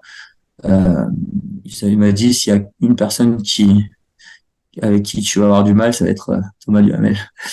Et donc on se retrouve en en tête de course, mais pas très longtemps, peut-être 4-5 kilos. Et euh, et puis moi j'avais fait un week-end choc le week-end d'avant. Et je sens que je suis enfin, je sens que j'ai pas du tout de patate, en fait, que je vais pas du tout pouvoir envoyer. Donc on se retrouve sur la plage, là, et puis là, je vois Thomas s'éloigner progressivement, et puis là, je sens que j'ai pas du tout la patate. Et que j'ai beaucoup tiré dans la saison, et que je commence à avoir un peu la fatigue accumulée. Parce qu'en fait, t'as la fatigue de surface, mais t'as la fatigue aussi vraiment plus profonde, quoi. Ben C'est-à-dire oui. que tu peux avoir l'impression que t'as vraiment l'énergie et que tu vas être capable d'envoyer. Mais quand tu as fait des gros trucs chocs avant, eh ben en fait, t'as de la fatigue accumulée. Donc tu vas pas les sentir sur les 2, 3, 4 premiers kilos, tu vas les sentir un peu après. Et ça, une fois que c'est là, tu peux rien y faire. Non, c'est ça. Donc là, ça a été, je dirais, une course un peu inversée par rapport aux autres, c'est-à-dire que au 4e kilo, je fais, oula, ça va être très très long aujourd'hui. Et et donc là, je pars pour ça. Donc il y a Thomas Duhamel qui commence à prendre de l'élan, enfin à prendre de la distance et de la bonne distance. T'as un autre coureur, Alexandre, là je me rappelle plus de son nom de famille, qui me passe aussi, que je connaissais pas. Et, euh, et voilà, les deux sont en tête. Puis là je me retrouve en troisième position. Et puis assez vite, t'as un certain David là qui arrive. Euh, et puis en fait, on fait quasiment toute la course ensemble. Alors lui, sa plus grosse course dans la saison, c'était un 35 kilos à David. Donc il était quand même loin du 108. Où il avait gagné 35 kilos. OK. Et puis on se retrouve tous les deux à se dire ok, la journée va être longue, est-ce qu'on s'arrêterait pas au prochain ravito? On a passé un peu toute notre course à se dire ça. Donc 32e kilo, ravitaillement. Est-ce qu'on s'arrête? Non, on s'arrête pas, on va quand même pousser encore un peu. Euh, alors là, je sais pas si je dois la dire celle-là, mais je pars du 32e kilomètre du ravitaillement. Et puis là, j'ai une grosse envie de faire mes besoins. Et, et en fait, j'aurais dû le faire au ravito, mais il est vraiment arrivé comme là. Et donc, on est comme sur une route où il y a des maisons à gauche, à droite. Et puis là, je me dis, ok, bah je crois que. Et puis je vois un coureur qui commence à arriver au loin. justement David. Et, euh, et là, je me dis, ok, bah, je crois que je vais essayer la stratégie. Je demande à quelqu'un si je peux pas aller chez lui. Et donc là, je cherche de maison, je cherche s'il n'y a pas quelqu'un à l'extérieur. Et là, je vois un monsieur qui est devant sa maison. Je fais, monsieur, excusez-moi, je suis en course, j'ai vraiment une grosse envie. Est-ce que ça vous dérange si je vais dans vos toilettes? Il fait, non, non, viens, Ah, passe par c'est là. drôle, ça. Et donc là, je passe par l'arrière, je vais chez lui. Je fais ça en 2 minutes chrono. Je tire la chasse et je repars courir. Ah, c'est bon. On remercie ce monsieur-là. Ouais, je remercie ce monsieur-là. Si jamais un jour il écoute, pas sorti du bois, mais voilà. Donc après reparti. Et puis ouais, non, je sens que j'ai pas les jambes, j'ai pas les jambes, j'ai pas les jambes. Et je continue à pousser en me disant bon, pour l'instant, je suis troisième, ça va quand même bien, même si je suis fatigué. Et puis je travaille mon mental, donc plutôt bonne chose. À un moment, j'appelle Geneviève Vasselin, je lui dis écoute Geneviève, je vais arrêter là parce que je suis fatigué. Elle me fait viens, c'est parfait comme entraînement, travaille ton mental. Ok. Puis j'appelle Léa aussi, je lui dis bon Léa, il faut que tu me reboostes là. Et donc voilà, bref, j'essaie d'aller chercher des énergies un peu extérieures. Et ces énergies-là qui vont me pousser du coup. C'est vrai que j'ai fait toute cette route et puis je suis en prépa diag, je me voyais mal faire un DNF Ouais. avant la diag, c'était pas très bon pour le mental. Et puis je me disais surtout, putain Julien, t'imagines si là tu termines troisième, genre t'auras fait quand même une sacrée saison avec pas mal de podiums, c'est quand même cool, essayer de pousser jusqu'au bout quoi. Et et donc voilà, et donc je pousse, on court avec David pendant un bon moment. Au 70e kilo, au ravitaillement, là, lui, il commence à être vraiment pas très bien. Donc là, je repars tout seul en me disant, bah, je vais à mon pace, j'essaie de maintenir la troisième place. À un moment, t'as un coureur de Gaspé, là, Ludo, qui arrive, je vois sa frontale qui arrive, il essaie de me remonter, je fais, ok, non, là, ça va pas le faire, j'accélère, boum, boum, je réaccélère. Et, euh, et puis, euh, Et puis en fait, bizarrement, à l'inverse des dernières courses où au 70e et au 80e kilo, je commence à sentir une vraie fatigue. Là, ce 75e kilomètre, je fais, putain, les jambes, elles s'activent, là, je commence à être en top shape, là. Ça fait comme le inverser la course, en fait, les deux autres courses que j'avais eues. C'est comme si c'est en fin de course où, genre, mes jambes, elles commencent à se réveiller. Et là, je fais, waouh, ok. Et là, je commence à vraiment accélérer. Et puis, euh, donc, on arrive, donc, je cours, en gros, du 70e à la fin tout seul. Mais quand j'arrive au niveau en fait, t'as un phare au bout du monde auquel tu dois aller Ouais. normalement sur Florian. Sauf que moi, quand j'arrive et que je ressors du petit chemin, t'as comme un chemin où tu dois aller à gauche et un chemin où tu dois aller à droite. Et moi, j'arrive frontal en plein sur la flèche qui dit aller à droite. Donc, je vais à droite et je me retrouve sous l'arche au 95e kilomètre. Je fais, mais non, mais c'est quoi cette merde? Là, t'as Jean-François Table qui était dans le chalet. Il me fait, bah, Julien, t'as terminé? Je lui dis, bah non, il manque 13 kilos. Il fait, ah, mais t'es allé au phare ou pas? Je lui dis non. Ah, merde, putain, la flèche. Donc là, je repars en cavale. Donc en gros, c'était 1,5 km en plus, quoi. 1,5 km en plus que j'ai fait parce que quand j'ai tourné à droite, on était à 1,5 km de l'arrivée. Donc, OK. 1,5 km fois, ouais, 1 km, on va dire. Donc, 1 fois 2, j'ai fait peut-être 2 km en trop. Et donc là, je repars pour aller chercher le chemin pour aller au phare. Et je croise le deuxième qui avait 20 minutes d'avance sur moi au dernier ravito. Et là, je le crois, je fais, putain, il est là, lui. Alors, pour moi, il avait déjà terminé la course, quoi. Et en fait, il a eu un coup de pas très bien. Et donc, je vais au phare et je reviens. Et puis au final, je termine vraiment 2 minutes derrière le deuxième, quoi. Donc, en troisième position encore. Mais 2 minutes derrière le deuxième et assez content au final parce que au 4e kilo, je me suis dit que ça va être long, Ouais. mais au final, ça a tenu, quoi. Ben, t'as appris quelque chose aussi là-dedans en préparation de la diag, c'est que ça revient toujours, ça finit toujours par revenir, mais des fois, il faut se laisser le temps, puis ça arrive souvent des courses où ça part mal au début, puis tu te dis, merde, il me reste comme 95% de ma course, puis finalement, ça revient tout le temps, tu sais, puis même t'avais des jambes à la fin. Fait que là, t'arrives à la diag avec un gros, gros, gros build-up. Est-ce que t'avais une crainte d'avoir trop de volume, trop d'événements dans les pattes, ou tu te sentais en confiance, puis ça t'avait craqué pour la diag? Je sentais que j'avais une grosse fatigue mentale. Une fatigue physique aussi. C'est pour ça que Florian, je me suis demandé pendant un moment si c'était vraiment une bonne chose de l'avoir faite aussi proche de la Diag. Mais au final, entre Florian et la Diag, J'ai fait que des semaines où je courais à 45-50 kilos. Donc, ça m'a permis vraiment d'arriver. Au final, les jambes, ils étaient au taquet Ouais. pour la diag. Mais bon, bonne fatigue mentale, très très fatigué mentalement et surtout, ouais, voilà, je sentais qu'il fallait que la course se passe pour relâcher tout ça, quoi. Donc, donc on arrive sur la diag. Donc déjà, donc on récupère nos dossards la veille de course. Moi, il s'avère que vraiment, je pense que la fatigue a joué, mais je tombe malade la veille de la course. Donc vraiment, je tousse toute la nuit. Voilà, un peu. Je suis dans la même chambre que Kevin en plus, donc le pauvre, il m'entend tousser et tout. Donc pas cool. Je finis par sortir de la chambre parce que je veux pas déranger Kevin. Aller essayer de trouver. On était dans un petit mobil-home avec Sophie, Kevin et moi, donc un petit endroit. Et puis je veux pas déranger les autres, donc je me dis bah je vais dormir dehors pour pas les déranger. Et puis Sophie au petit matin, elle a un peu pitié de moi. Je suis en train de dormir au milieu de canettes de bière que les gens ils ont laissé la veille pour essayer de pas les déranger. Et puis bon, tout le monde se lève. Et donc moi j'ai dormi toute la journée après. J'ai pas dormi Ouais. la nuit, mais j'ai dormi la journée après. Donc, ce qui m'a permis en fait un peu d'inverser ma nuit et en fait d'arriver sur le départ à 21h comme si c'était le petit matin. Ouais, c'est ça. Donc au final c'était un mal pour un bien, quoi. Et donc là je me retrouve du coup on se retrouve sur le départ de la diag et là t'as tout le public qui est lâchez les fous, lâchez les fous. Donc ça déjà c'est assez drôle.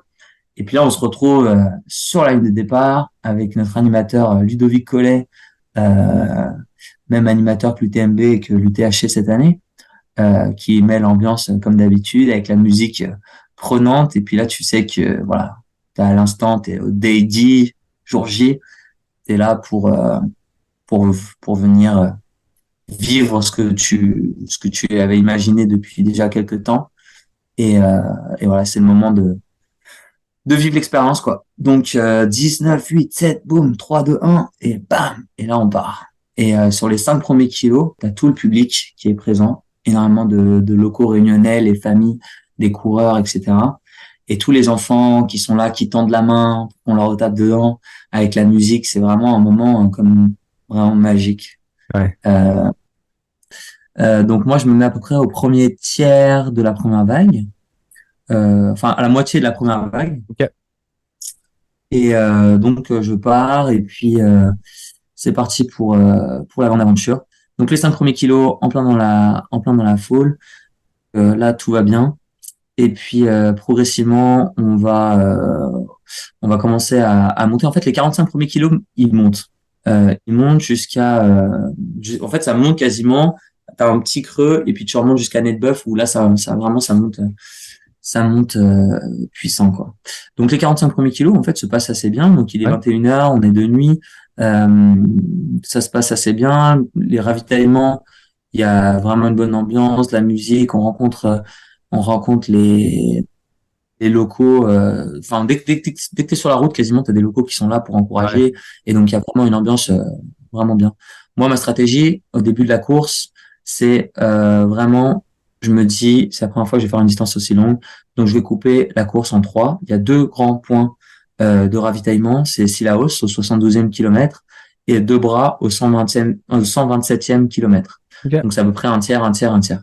Donc je me dis, bah voilà, c'est à peu près comme ça que je vois ma course. À Sillaos et à 2 bras, je vais prendre mon temps de vraiment bien me régénérer. Et puis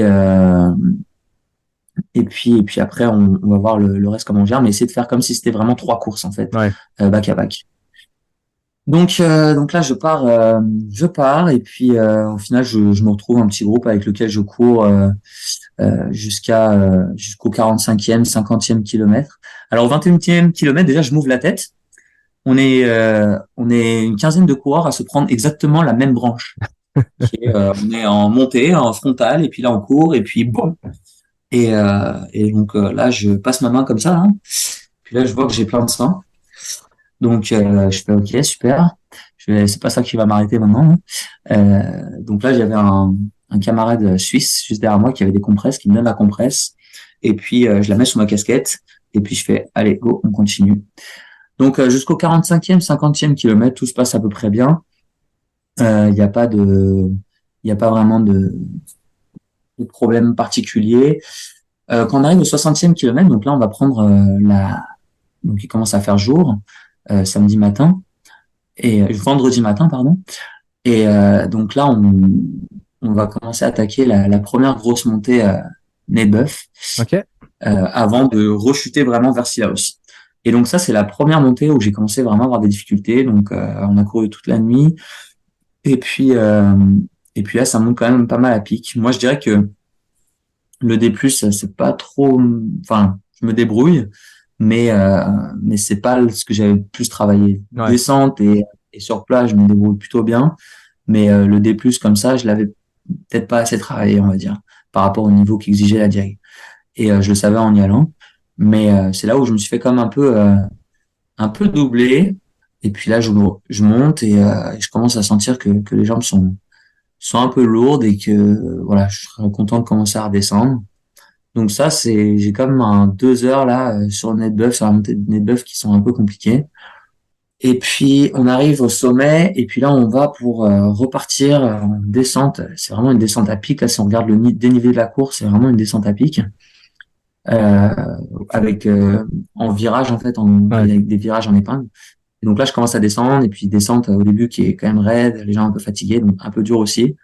Et puis finalement, on revient sur une descente qui est un peu plus tranquille. Et là, je commence à vraiment à reprendre des jambes. Et finalement, on arrive sur de la route un peu. Et puis là, je commence à avoir un pace. Je suis à 4,10, 4,15. Je file quoi. Là, je commence à redoubler vraiment pas mal de monde. Et puis là, c'est juste avant d'arriver à Sillaos, donc c'est peut-être 2-3 kilomètres avant d'arriver au grand ravitaillement de Sillaos. Et puis là, t'as les autres coureurs qui me disent, putain, mais Bompard, lui, t'as faim ou quoi? Ouais, j'ai faim. Et non, j'attendais Sillaos un peu pour prendre un premier break. Et donc j'arrive à Sillaos, donc premier gros point de ravitaillement, donc c'est comme un stade. Euh, donc là, d'abord, je vais manger, parce que donc Sillaos et Dobra, il y a vraiment des vrais repas qui sont là-bas. Ouais. Et puis après, je vais me faire masser un peu les jambes, les cuisses. Là, je commence à avoir des ampoules sous les pieds, donc ils ont quand même un produit spécial là pour t'éclater les ampoules. Et puis ils te mettent un produit qui pique là. Puis je me fais recoudre la tête aussi, Ouais. parce que j'ai encore cette ouverture du 21e kilomètre. Et donc voilà. Donc au final, je passe 1 heure à Sillaos. J'arrive à Sillaos, je suis peut-être 330e à peu près. Et donc là, je me dis, ok, le top, je vais essayer de rester un peu dans ce range, mais en restant 1 heure à Sillaos, les gens, ils restent peut-être un peu moins longtemps à Sillaos que ce que j'ai pu le faire. Peut-être pas tous besoin de se faire recoudre la tête aussi. Ouais, c'est ça. Mais du coup, je repars de Sillaos. Et puis, là, pas très loin après, dans Marabout, là, il y a un premier poste qui dit combienième on est quoi. Donc je demande et puis là je suis comme 390e, je fais ok, j'ai perdu pas mal de place quand même, il va falloir envoyer. Et en fait, en étant resté 1 heure à Sillaos, je sentais que mon corps pardon, il s'était pas mal régénéré. Donc je sentais que j'avais les jambes pour envoyer un peu plus quoi. Et donc là en descente, je commence à cavaler et puis progressivement après on arrive sur le col du Taibit. Donc là où ça monte vraiment fort. C'est là où j'étais arrivé à 9h30 et je suis reparti à 10h30 à peu près. Donc le temps d'arriver sur le col du Taibit, il était pas loin de midi. Midi, exposé plein cagnard. Donc là, c'est là où tu pouvais facilement avoir des coups de chaud, quoi. Donc là, je commence à remonter, ça monte fort. On commence à voir des coureurs qui sont fatigués, qui restent sur le bord. On a un petit groupe de 3. On dit, allez les gars, embarquez. Tous ceux qui sont sur le côté, on dit, allez, venez, essayez d'accrocher et tout. Il y a quelques-uns qui essayent, il y en a 2 qui arrivent à rester, t'en as d'autres qui essayent mais qui arrivent pas, et puis t'en as qui essayent pas parce qu'ils ont juste KO. Mais donc on commence à attaquer le col du Taibit jusqu'au ravito qui va nous mener, dernier ravito avant de rentrer dans le cirque de Mafat. À savoir que Mafat, c'est à peu près 40-45 km, si je dis pas de bêtises, où si tu rentres, tu peux pas sortir hormis par hélicoptère. Donc c'est là où tu commences à en voir certains qui commencent à réfléchir. Il y en a quelques-uns, je pense qu'on en a vu peut-être 2. au moment où on y était, qui ont commencé et puis qui sont revenus sur leur pas. Non, la douleur, c'est assez pour moi pour aujourd'hui. Ouais. Moi, c'était hors de question que j'abandonne cette course. J'avais travaillé trop fort ma saison pour arrêter là. Et puis, de toute façon, je sentais que mes jambes étaient en forme et donc, droit devant. Et donc, on attaque le cirque de Mafat. Dans Mafat, globalement, ça se passe bien. Il y a des paysages qui sont juste incroyables. Des montagnes, waouh, waouh. Même en Europe, en Europe, il y a il y a des endroits magnifiques, au Québec aussi. Mais là, ce qu'on voit, c'est quand même, enfin, quelque chose que j'ai jamais vu. T'as vraiment j'ai fait l'Ouest canadien aussi, où t'as des endroits magnifiques en termes dans les Rocheuses. Mais là, c'est un autre style de montagne et Ok. c'est juste magnifique, vraiment dans la vallée Ouais.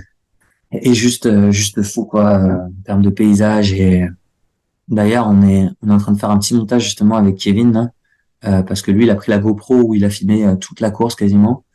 Et on a fait pas mal d'interviews avec des locaux, tout ça. Donc, on est en train on essaie de faire un petit film en ce moment, Ok, quoi. c'est cool ça. Faire un témoignage un peu de la Diag pour ceux Ouais. que ça peut intéresser. Euh, Bref, donc cercle de Mafat. Globalement, ça va bien. Les jambes, ça va bien. Je sais que on commence à avoir de plus en plus de coureurs qui sont assis, qui sont vraiment en souffrance. Et on essaie à chaque fois de les faire accrocher un peu à notre petit groupe. Moi, j'arrive à trouver un groupe avec lequel on marche, on court pendant tout Mafat. Donc ça se passe globalement bien. Ensuite, donc on arrive progressivement. Donc Mafat, donc on est au 72e kilomètre à Sillaos. Mafat, en gros, ça va aller jusqu'au 105e kilomètre, non, jusqu'au 125e kilomètre après Debra, il me semble. 72e, 127e, ouais, donc c'est ça, c'est 55 kilomètres où tu peux pas sortir autre que par tes propres moyens par hélicoptère. Et donc tout se passe bien globalement. Au 105e kilomètre, il est censé y avoir un ravito à Grand Place. Donc là, il commence à faire nuit. Alors déjà, il fait nuit déjà depuis non, quand on s'apprête à partir pour la nuit. Donc là, on s'attend à avoir un ravito au 105e kilomètre. Juste depuis le début, tous les ravitaux, ils étaient comme sur la coche. C'est-à-dire qu'ils étaient vraiment pile là où ils devaient être, quoi. Ouais. Kilomètre près, ils étaient là où ils devaient être. Et au 105e kilomètre, il est censé avoir le ravito de Grand Place et on le voit pas venir. 106, 107, 108 et demi qu'il arrive. Sauf que 3 km et demi, à la vitesse, à la technicité des terrains, ça fait 1 heure et demie, quoi. Et ça commence à être long. Donc, finalement, on arrive là à Grand Place. Et parce que je vais revenir aussi sur la technicité des terrains, qui est la Diag. En fait, au Québec, on a énormément de racines. Et ça, pour le coup, en termes de technicité, c'est vraiment bien. Sur la Diag, t'as aussi pas mal de cailloux, c'est vrai. Mais sur la Diag, t'as tout. T'as les cailloux, t'as les racines, t'as des murs des fois que tu dois grimper avec des échelles, t'as des escaliers à n'en plus finir. Alors, en fait, t'as un peu toutes les technicités possibles. Ouais. Un peu plus tard dans la course, t'as le chemin des Anglais aussi, qui est connu pour ceux qui connaissent un peu la Diag. T'as tous les types de technicité potentielle en trail qui se retrouvent sur la Diag, concentrés sur la Diag. Donc voilà. Alors moi, ce que je me suis découvert aussi, donc que ce soit la première ou la deuxième nuit, c'est par rapport à cette technicité, je pense que j'ai pu travailler sur les terrains, notamment gaspésiens. En fait, en descente, j'ai comme vraiment bombardé. Genre, Geneviève, elle dit souvent que je vois Pac-Man là sur les courses. Bah là, c'était littéralement ça. Je voyais un coureur et je voyais un coureur, j'étais comme, ok, je vais le manger, je vais le manger. J'étais comme, parce qu'en plus sur les courses que j'avais fait en Gaspésie, il n'y avait pas tant de coureurs que ça. Donc là, je me retrouvais au milieu de plein de coureurs et puis en fait, ça m'a éclaté. Et en descente, c'était vraiment, je mettais la frontale et j'avais pas peur et je bombardais. C'était comme si, je sais pas, comme si j'étais possédé un peu. J'étais, wow, boum, boum, boum, boum, boum, boum, boum. Il y a une descente, j'ai doublé une cinquantaine de coureurs sur 4 kilomètres. Et les gens, ils disaient, mais t'es en feu, quoi. Et ouais, genre, je sais pas. En tout cas, sur la descente, j'ai repris vraiment beaucoup, beaucoup de place, quoi.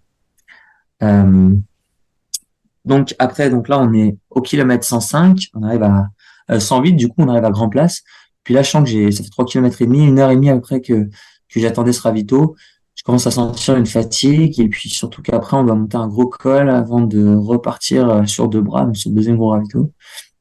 Et donc là je reste sur ce ravito. Je voulais couper ma stratégie du départ, c'était couper la course en 3. Ouais. Finalement je l'aurais coupé en 4. Je serais resté 40 minutes à Grand Place. Euh, là pareil, je me suis fait masser. J'ai dormi 15 minutes. En termes de chiffres aussi, si on veut parler chiffres, donc on estime que ceux qui font la diag en 2 nuits, donc t'as ceux qui la font en une nuit, ça c'est pratiquement les élites uniquement.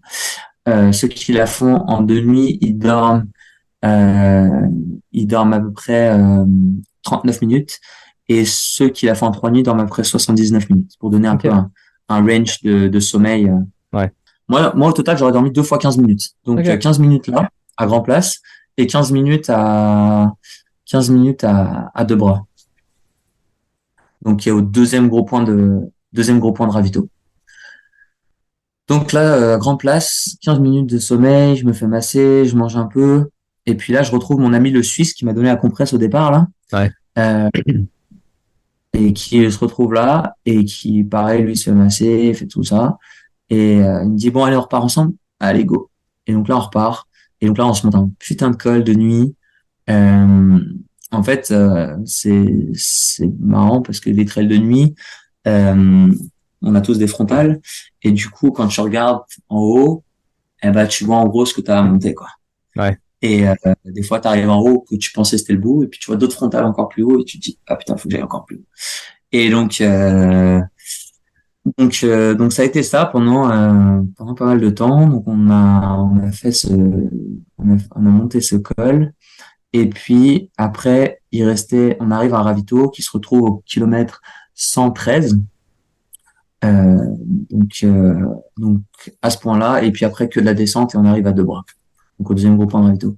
Donc on se retrouve à monter avec le Suisse tout du long. Et puis un autre coureur, un Français qui était pas très bien, allez accroche. Et puis lui pour le coup il a accroché vraiment. Donc on s'est retrouvé à monter ce mur à 3, ce qui mentalement est très très bon. Et Ah ouais. honnêtement je trouve que les courses de trail ça passe beaucoup mieux quand t'es accompagné comme ça. Et donc on arrive au kilomètre 113 ensemble, et puis là il y a une grosse descente après, et là je me dis ok, là en fait j'avais plein d'amis, que ce soit de la famille ou des amis, qui m'envoyaient plein de messages, bravo, c'est génial, on te suit. Donc moi j'avais comme des gens à qui je demandais où est-ce que j'étais par rapport au classement et tout, pour voir un peu si j'étais dans ce que je faisais. Je voyais assez vite qu'un top 300 était jouable, et donc là au kilomètre 113, je me dis, là, je devais être 330, un truc comme ça. Je fais, OK, là, c'est que la descente, je vais envoyer. Et puis, et donc, j'avais comme 14 kilomètres de descente quasiment. Et donc, je me dis, OK, mon objectif, c'est qu'à 2 bras, je sois de retour dans les top 300. Et donc là, boum, je mets la frontale, je commence à bombarder, je pars tout seul. Et ça a été 14 kilomètres où j'ai joué avec les cailloux, je me suis éclaté. Et dès que je voyais des coureurs, mon objectif, c'était de remonter des places. Et donc finalement, j'arrive à 2 bras, 256e. Donc j'ai remonté comme pas mal de places. Là, j'étais 330, je repasse 256e. Et en fait, je m'étais dit, à 2 bras, j'arrive quand même au final assez frais. Et je me dis, qu'est-ce que je fais là? Est-ce que je trace direct si je veux vraiment la jouer complète? Je repars direct, c'est-à-dire je m'arrête même pas 5 minutes et je repars. Ou vraiment je prends mon temps. Et je me suis dit, je pense que c'est un peu risqué de repartir direct parce que c'est encore très long. En fait, on a fait 2 tiers de la course quand on est rendu là. Et tu sais pas comment tu vas réagir si tu repars direct. T'as vu que si là aussi ça t'a fait du bien. Donc prends ton temps et surtout profite de la course. C'est la première fois que tu viens de faire la diag. Profite de l'event. Ça fait quand même du bien d'avoir des masseurs, des masseuses, de bien manger. Mentalement, ça fait une pause. Et au niveau du corps, ça fait une pause aussi. Ouais, c'est ça. Au-delà de la Donc, position, c'est que si tu veux vivre aussi une expérience de course, une expérience culturelle dans ces paysages-là. exactement. Fait que rendu là, t'as probablement fait la bonne décision de prendre le temps, là. Ouais, exact. Honnêtement, je regrette pas du tout parce que j'ai mangé, j'ai parlé, enfin bon, je me suis fait masser, je me suis encore fait éclater 1 ou 2 ampoules. Euh, Je me suis fait masser, j'ai dormi 15 minutes, je suis parti manger un plat local qu'on m'avait conseillé de pas trop faire sur le jour de la course, mais je me suis dit, je suis à La Réunion, j'ai envie de vivre l'expérience à 100%. Bah oui. Ils ont fait ça pour nous, bah, moi j'ai envie de le manger parce que j'ai envie de profiter à 100%. Donc j'ai parlé un peu avec des locaux, enfin voilà, au final, je suis resté 1 heure et demie sur, c'est marrant, hein, parce que sur ce genre de ravito, le temps, il tourne très, très vite. Ouais. Et donc là, je voyais le temps qui tourne. Et là, bon, ok, je finis de manger. Je me dis, ok, là, je repars. Et puis là, je me dis, putain, 1 heure et demie, Julien, quand même, t'as déconné, là. Et, attendez, un autre truc que j'ai oublié de dire, au kilomètre 84, donc pile à la moitié de la course, c'est le ravito de Marla. Ils te font des vidéos. En fait, tes proches peuvent te faire des vidéos, euh, qui vont te montrer le moment de la Ouais. course. Et, euh, et ça, c'est vraiment un moment fort, en fait, dans la course. Parce que, donc t'arrives au ravito, moi j'étais tellement dans ma course que j'avais oublié ça. Et donc je vais pour aller chercher à manger. Et, euh, et puis là on m'appelle, hey Julien, on a des vidéos pour toi. Et donc ils te prennent, ils t'amènent, ils t'assoient. Et puis là ils défilent les vidéos de tes proches. Donc j'ai eu de la famille, j'ai eu des amis qui m'ont fait des vidéos genre super belles, qui m'ont vraiment, vraiment, vraiment touché. Et, et ça m'a dit, en fait, enfin, j'ai versé la larme, quoi. J'étais tellement, ça m'a touché. Et puis là, je me suis juste dit, ok, bah là, je vais vraiment envoyer. Ouais. Et pour vous. Et puis donc là, je repars du ravito. Mais je suis tellement à fond, ok, ça m'a tellement ému. Je repars, mais comme un con, j'oublie de remplir mon eau dans mon camelback. Et là, je me retrouve en plein milieu d'une montée. Je fais, putain, mais je suis trop con. J'ai oublié de remplir mon eau. Et, euh, et du coup, au final, j'ai rencontré 2 randonneuses qui m'ont gentiment donné une bouteille. Mais, euh, Mais c'est vrai que les vidéos des proches là, ça a vraiment, enfin ça m'a vraiment touché. Ouais. À Sillaos, j'ai eu plusieurs proches, j'avais eu notamment mon père au téléphone aussi qui me regardait de France, qui disait Julien, c'est juste incroyable ce que tu fais. Et forcément, c'est des mots qui viennent me chercher de mon père qui est de l'autre côté de l'Atlantique, que je vois pas tant par année, de savoir qu'il est là en train de me suivre, qui lui pour le coup est pas du tout dans la course. Mon fils aussi, j'ai un fils en France de 7 ans, que je sais qu'il était en train de me suivre. Il y avait mon ex qui m'envoyait des messages par rapport à ça. Et puis, enfin, des beaux messages comme ça qui donnent encore plus envie de se donner à 100%, quoi. Ouais. Ça ressemble sur son why, là. 100%, ça ressent sur son ouais, ouais. Même ma petite sœur qui m'envoie des messages, Julien, je suis trop fier et tout. Ils sont pas du tout là-dedans, mais ils savent que j'ai travaillé fort cette année pour cet objectif. J'en ai beaucoup parlé. Et, et juste de voir des messages, j'ai reçu tellement de messages des amis de mon collège, de mon lycée, de mon université, de mon école d'ingé, de France, de Québec. C'était juste incroyable. Et tous ces messages, je remercie toutes les personnes qui m'ont envoyé des messages, et même ma prof de français au lycée qui m'a envoyé plein de beaux messages.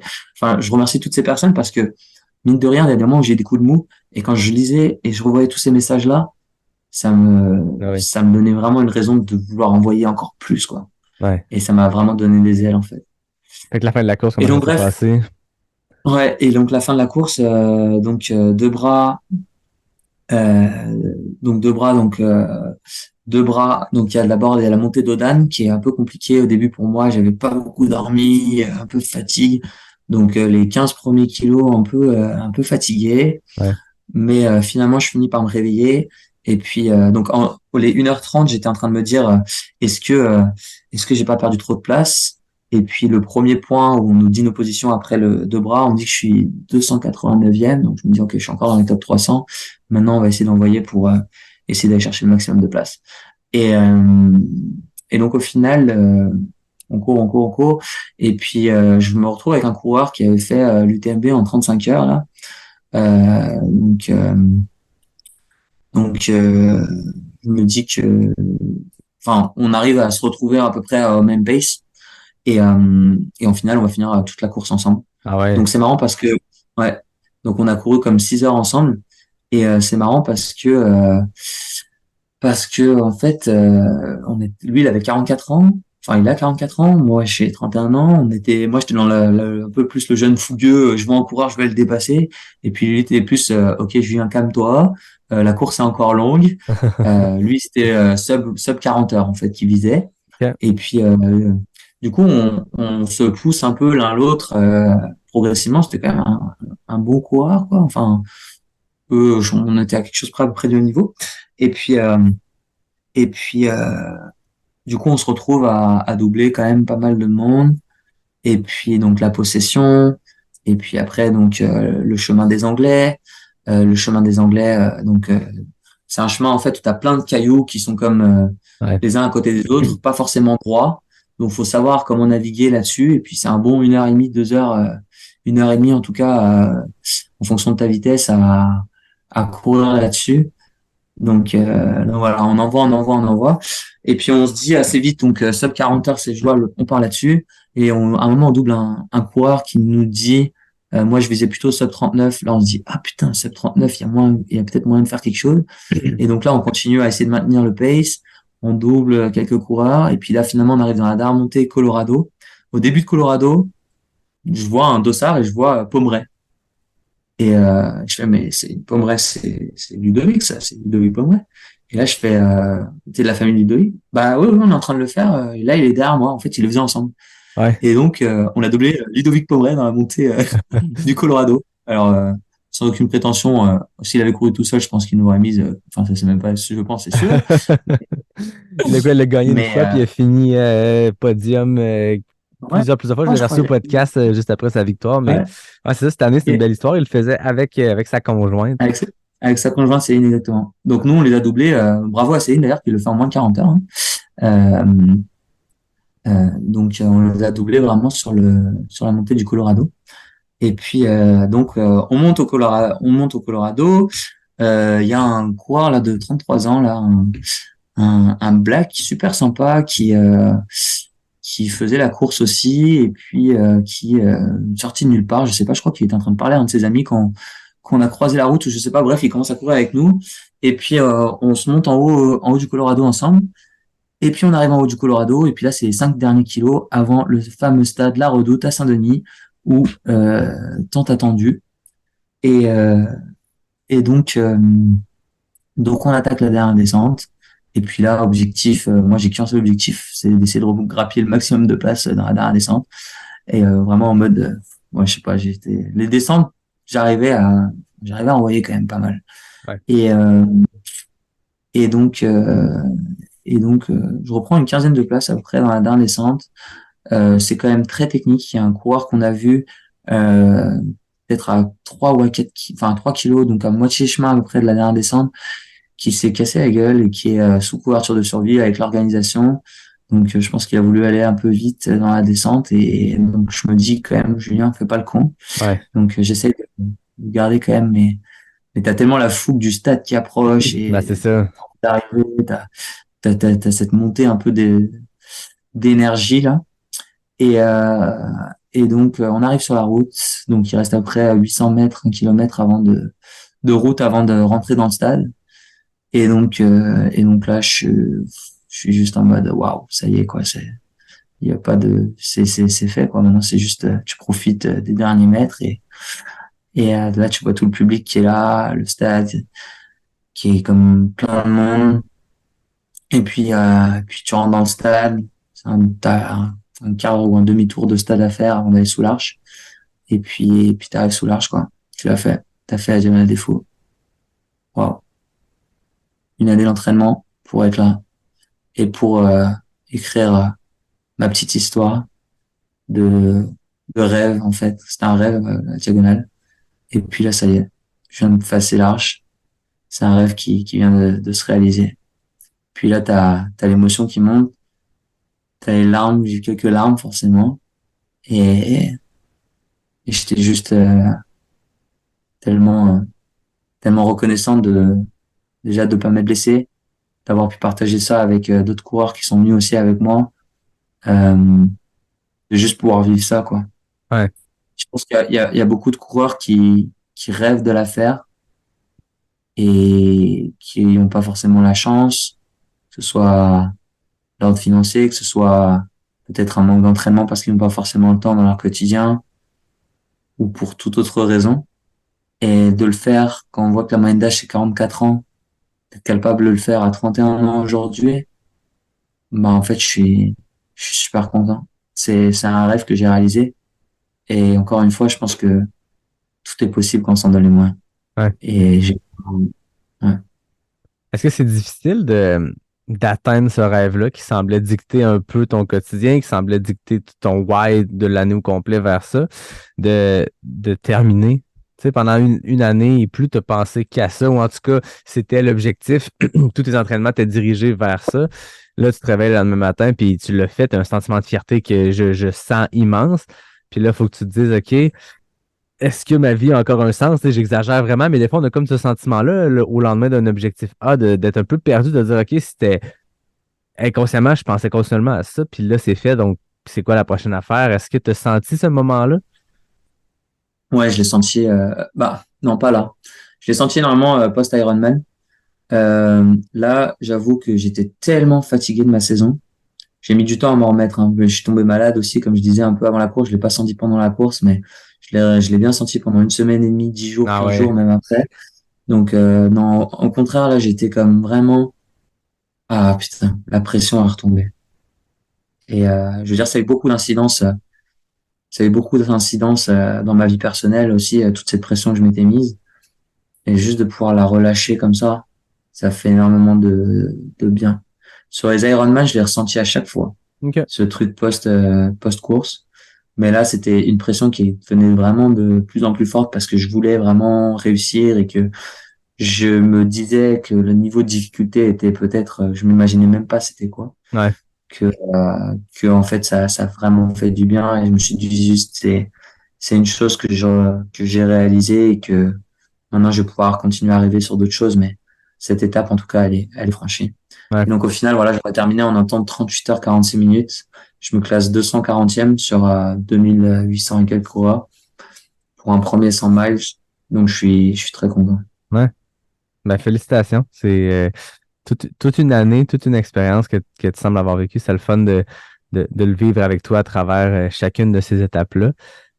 Je sais qu'il est peut-être trop tôt, mais avant qu'on conclue, je peux pas ne pas te demander what's next parce que c'est ce que tu as dit dans tes différents projets. C'était comme OK, what's next, what's next? Là, est-ce que tu as déjà des trucs en tête pour à court, moyen terme? Ouais, j'ai des objectifs en tête. Alors là, j'ai changé un peu de projet. Là, là je viens d'acheter un appart que je suis en train de rénover. OK. Donc, c'est un peu un autre objectif, Un là. autre type d'ultra. Un autre petit ultra. Mais, ouais, j'ai d'autres objectifs, c'est sûr. Enfin, d'autres idées. Pour l'instant, c'est que des petites idées. OK. J'ai un jour peut-être, alors là, je m'avance peut-être un peu, mais en tout cas, tout ce qui est marathon des sables, tout ça, ça me fait rêver. Ça, c'est Ouais. clair que un jour ou l'autre, je vais y aller. Faut savoir que c'est des courses qui coûtent quand même assez cher, à moins de trouver des sponsoring ou quoi, mais c'est quand même des courses c'est un petit budget, mais c'est sûr que c'est un de mes rêves. Encore une fois, cette année, la saison que j'ai eue, ça confirme juste le fait que je cherche l'aventure plus que la performance. Ouais.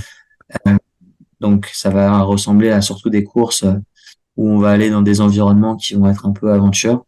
Et justement, se tourner probablement plus vers des courses peut-être en plusieurs étapes. Donc, OK. Marathon des Sables se porte très bien. J'ai un rêve aussi, là je m'avance peut-être un peu, mais il y a l'Enduroman qui me fait un peu de l'œil depuis quelques années, depuis que j'ai lu le livre de Cyril Blanchard, qui avait fait le record français de l'Enduroman. Donc l'Enduroman qui relie Londres à Paris. Ouais. Donc t'as à peu près 140 km de course, la traversée de la Manche qui fait à peu près 35 kilos à la nage et puis 300 km de vélo. Donc ça, ce serait comme un objectif à moyen long terme. Mais avant ça, j'ai envie de voir un peu. Je sais pas, cette année peut-être que je vais prendre un break. Ça fait 3 années que j'envoie du Canada Man, Ironman de Nice Ouais. et la diagonale. Donc en tout cas, en début de off-season, je me dis que l'année prochaine, j'aurais peut-être envie de prendre ça un peu plus léger. J'ai peut-être d'autres projets aussi autres que sportifs que j'aimerais réaliser. Ben, Mais c'est bien, bon, puis au pire, peut-être si que ça change en cours de route, tu pourras revenir à l'enregistrement où tu le dis. Donc, ouais, peut-être que tes amis pourront se moquer de toi si finalement tu te mets des gros projets, puis tu as ça ouais, enregistré, écrit noir sur blanc dans un épisode. exact. Ah, j'ai dit que Ils sont j'allais déjà prendre en ça train de se relax foutre en de moi quand. 2024. Exactement. Ils sont déjà en train de se foutre de moi quand je dis ça parce qu'ils me croient pas du tout. Ah, c'est ça, hein, Mais ils connaissent le personnage. ouais. Mais voilà, là, on est en début de off-season, donc Non, il prend le temps hein, de je décanter de suis tout sur ça, c'est mon beaucoup. nuage Hein. encore. Ouais. Je suis encore sur mon petit nuage de cette saison là. Donc pour l'instant, j'ai des petites idées de projets, mais Ouais. j'ai rien encore. Peut-être qu'en février, je vais comme avoir l'appel de la chaussure qui va me dire Julien, on y retourne. Je sais Ouais, des fois, pas. il faut laisser comme le temps aux choses de revenir d'elles-mêmes, tu sais, sans forcer les trucs puis s'inscrire tout de suite à des trucs. Ça revient toujours quand c'est une passion, quand c'est un truc qu'on aime. Fait que tu fais bien de prendre le temps. Puis Exact. tu dis que tu es encore sur ton nuage. Fait que profite-en, reste là sur ton nuage. Ouais, exact. Tu le sais, Julien, moi, quand je termine les épisodes, on change le mood complètement. Là, on parle de nuages, on parle de lignes d'arrivée émotives. Là, on s'en va sur les questions éclair NAC. C'est la conclusion de l'épisode. C'est 10 questions le plus rapidement possible. Hein? Tu as ton t-shirt NAC en plus, j'adore. 10 questions, 2 éléments en opposition, il faut que tu répondes le plus rapidement possible. Il y a des records, mais à ta défense, ça se fait en présentiel les records parce que 10 secondes pour 10 questions, c'est Yvan Lheureux, Yannick Bernard et Antoine Moses qui les ont fait, mais c'était en présentiel. Tout de même, je te lance les questions puis tu essaies de répondre le plus rapidement possible. Ok, Tu me dis quand t'es prêt. c'est parti. Route ou trail? Trail, Monter ou descendre? descends, Bière ou vin? bière, Bâton ou pas de bâton? pas de bâton, Question NAC, lime ou melon d'eau? lime, Été ou hiver? été, Sentier roulant ou technique? technique, Xalibu ou Albert? Albert, Gaspésia ou Forillon? Gaspésia. La Réunion ou le Québec? Le Québec! Ah yes! 25 secondes. C'est très bon, Julien, je te rassure. Zoom, ralentis le tout, mais très intéressant. Ouais. J'aime toujours entendre les réponses, puis quand on fait ça en 10 secondes, j'entends pas les réponses. Fait que, très cool. Xalibu ou Albert? T'as dit Albert sans aucun doute. Ouais. J'aime beaucoup les paysages du Mont-Albert. Ben, Julien, merci beaucoup. Ça a été vraiment un grand, grand plaisir. Vous m'excuserez ceux qui écoutent. J'ai toussé, j'ai reniflé un peu, je couvre un petit rhume, mais je pense que j'ai tenté de fermer le micro au moment opportun pour pas brimer ce beau récit de course. Mais merci à tout le monde d'avoir été là. Merci à toi, Julien. Ça a été vraiment un grand, grand plaisir de découvrir l'homme, mais découvrir aussi la saison qui t'a mené jusqu'à la diagonale. C'était vraiment, vraiment le fun. Merci à toi, Yannick. J'ai passé vraiment un bon moment. Et puis merci à tout le monde aussi d'écouter ce podcast là. Je peux juste dire une chose, c'est que le Québec m'a donné encore plus d'amour pour le trail et il y a vraiment des beaux terrains de jeu dehors là, donc franchement allez-y à fond quoi. J'adore entendre ça. Merci beaucoup, Julien. Comme d'habitude, moi, je termine en remerciant David Hébert qui signe le design graphique, Fred Desroches pour le thème musical, la belle gang de NAC qui est le partenaire officiel du podcast depuis les tout débuts. Puis, je vous dis à la semaine prochaine pour un prochain épisode de Pas sorti du bois, le podcast 100% trail.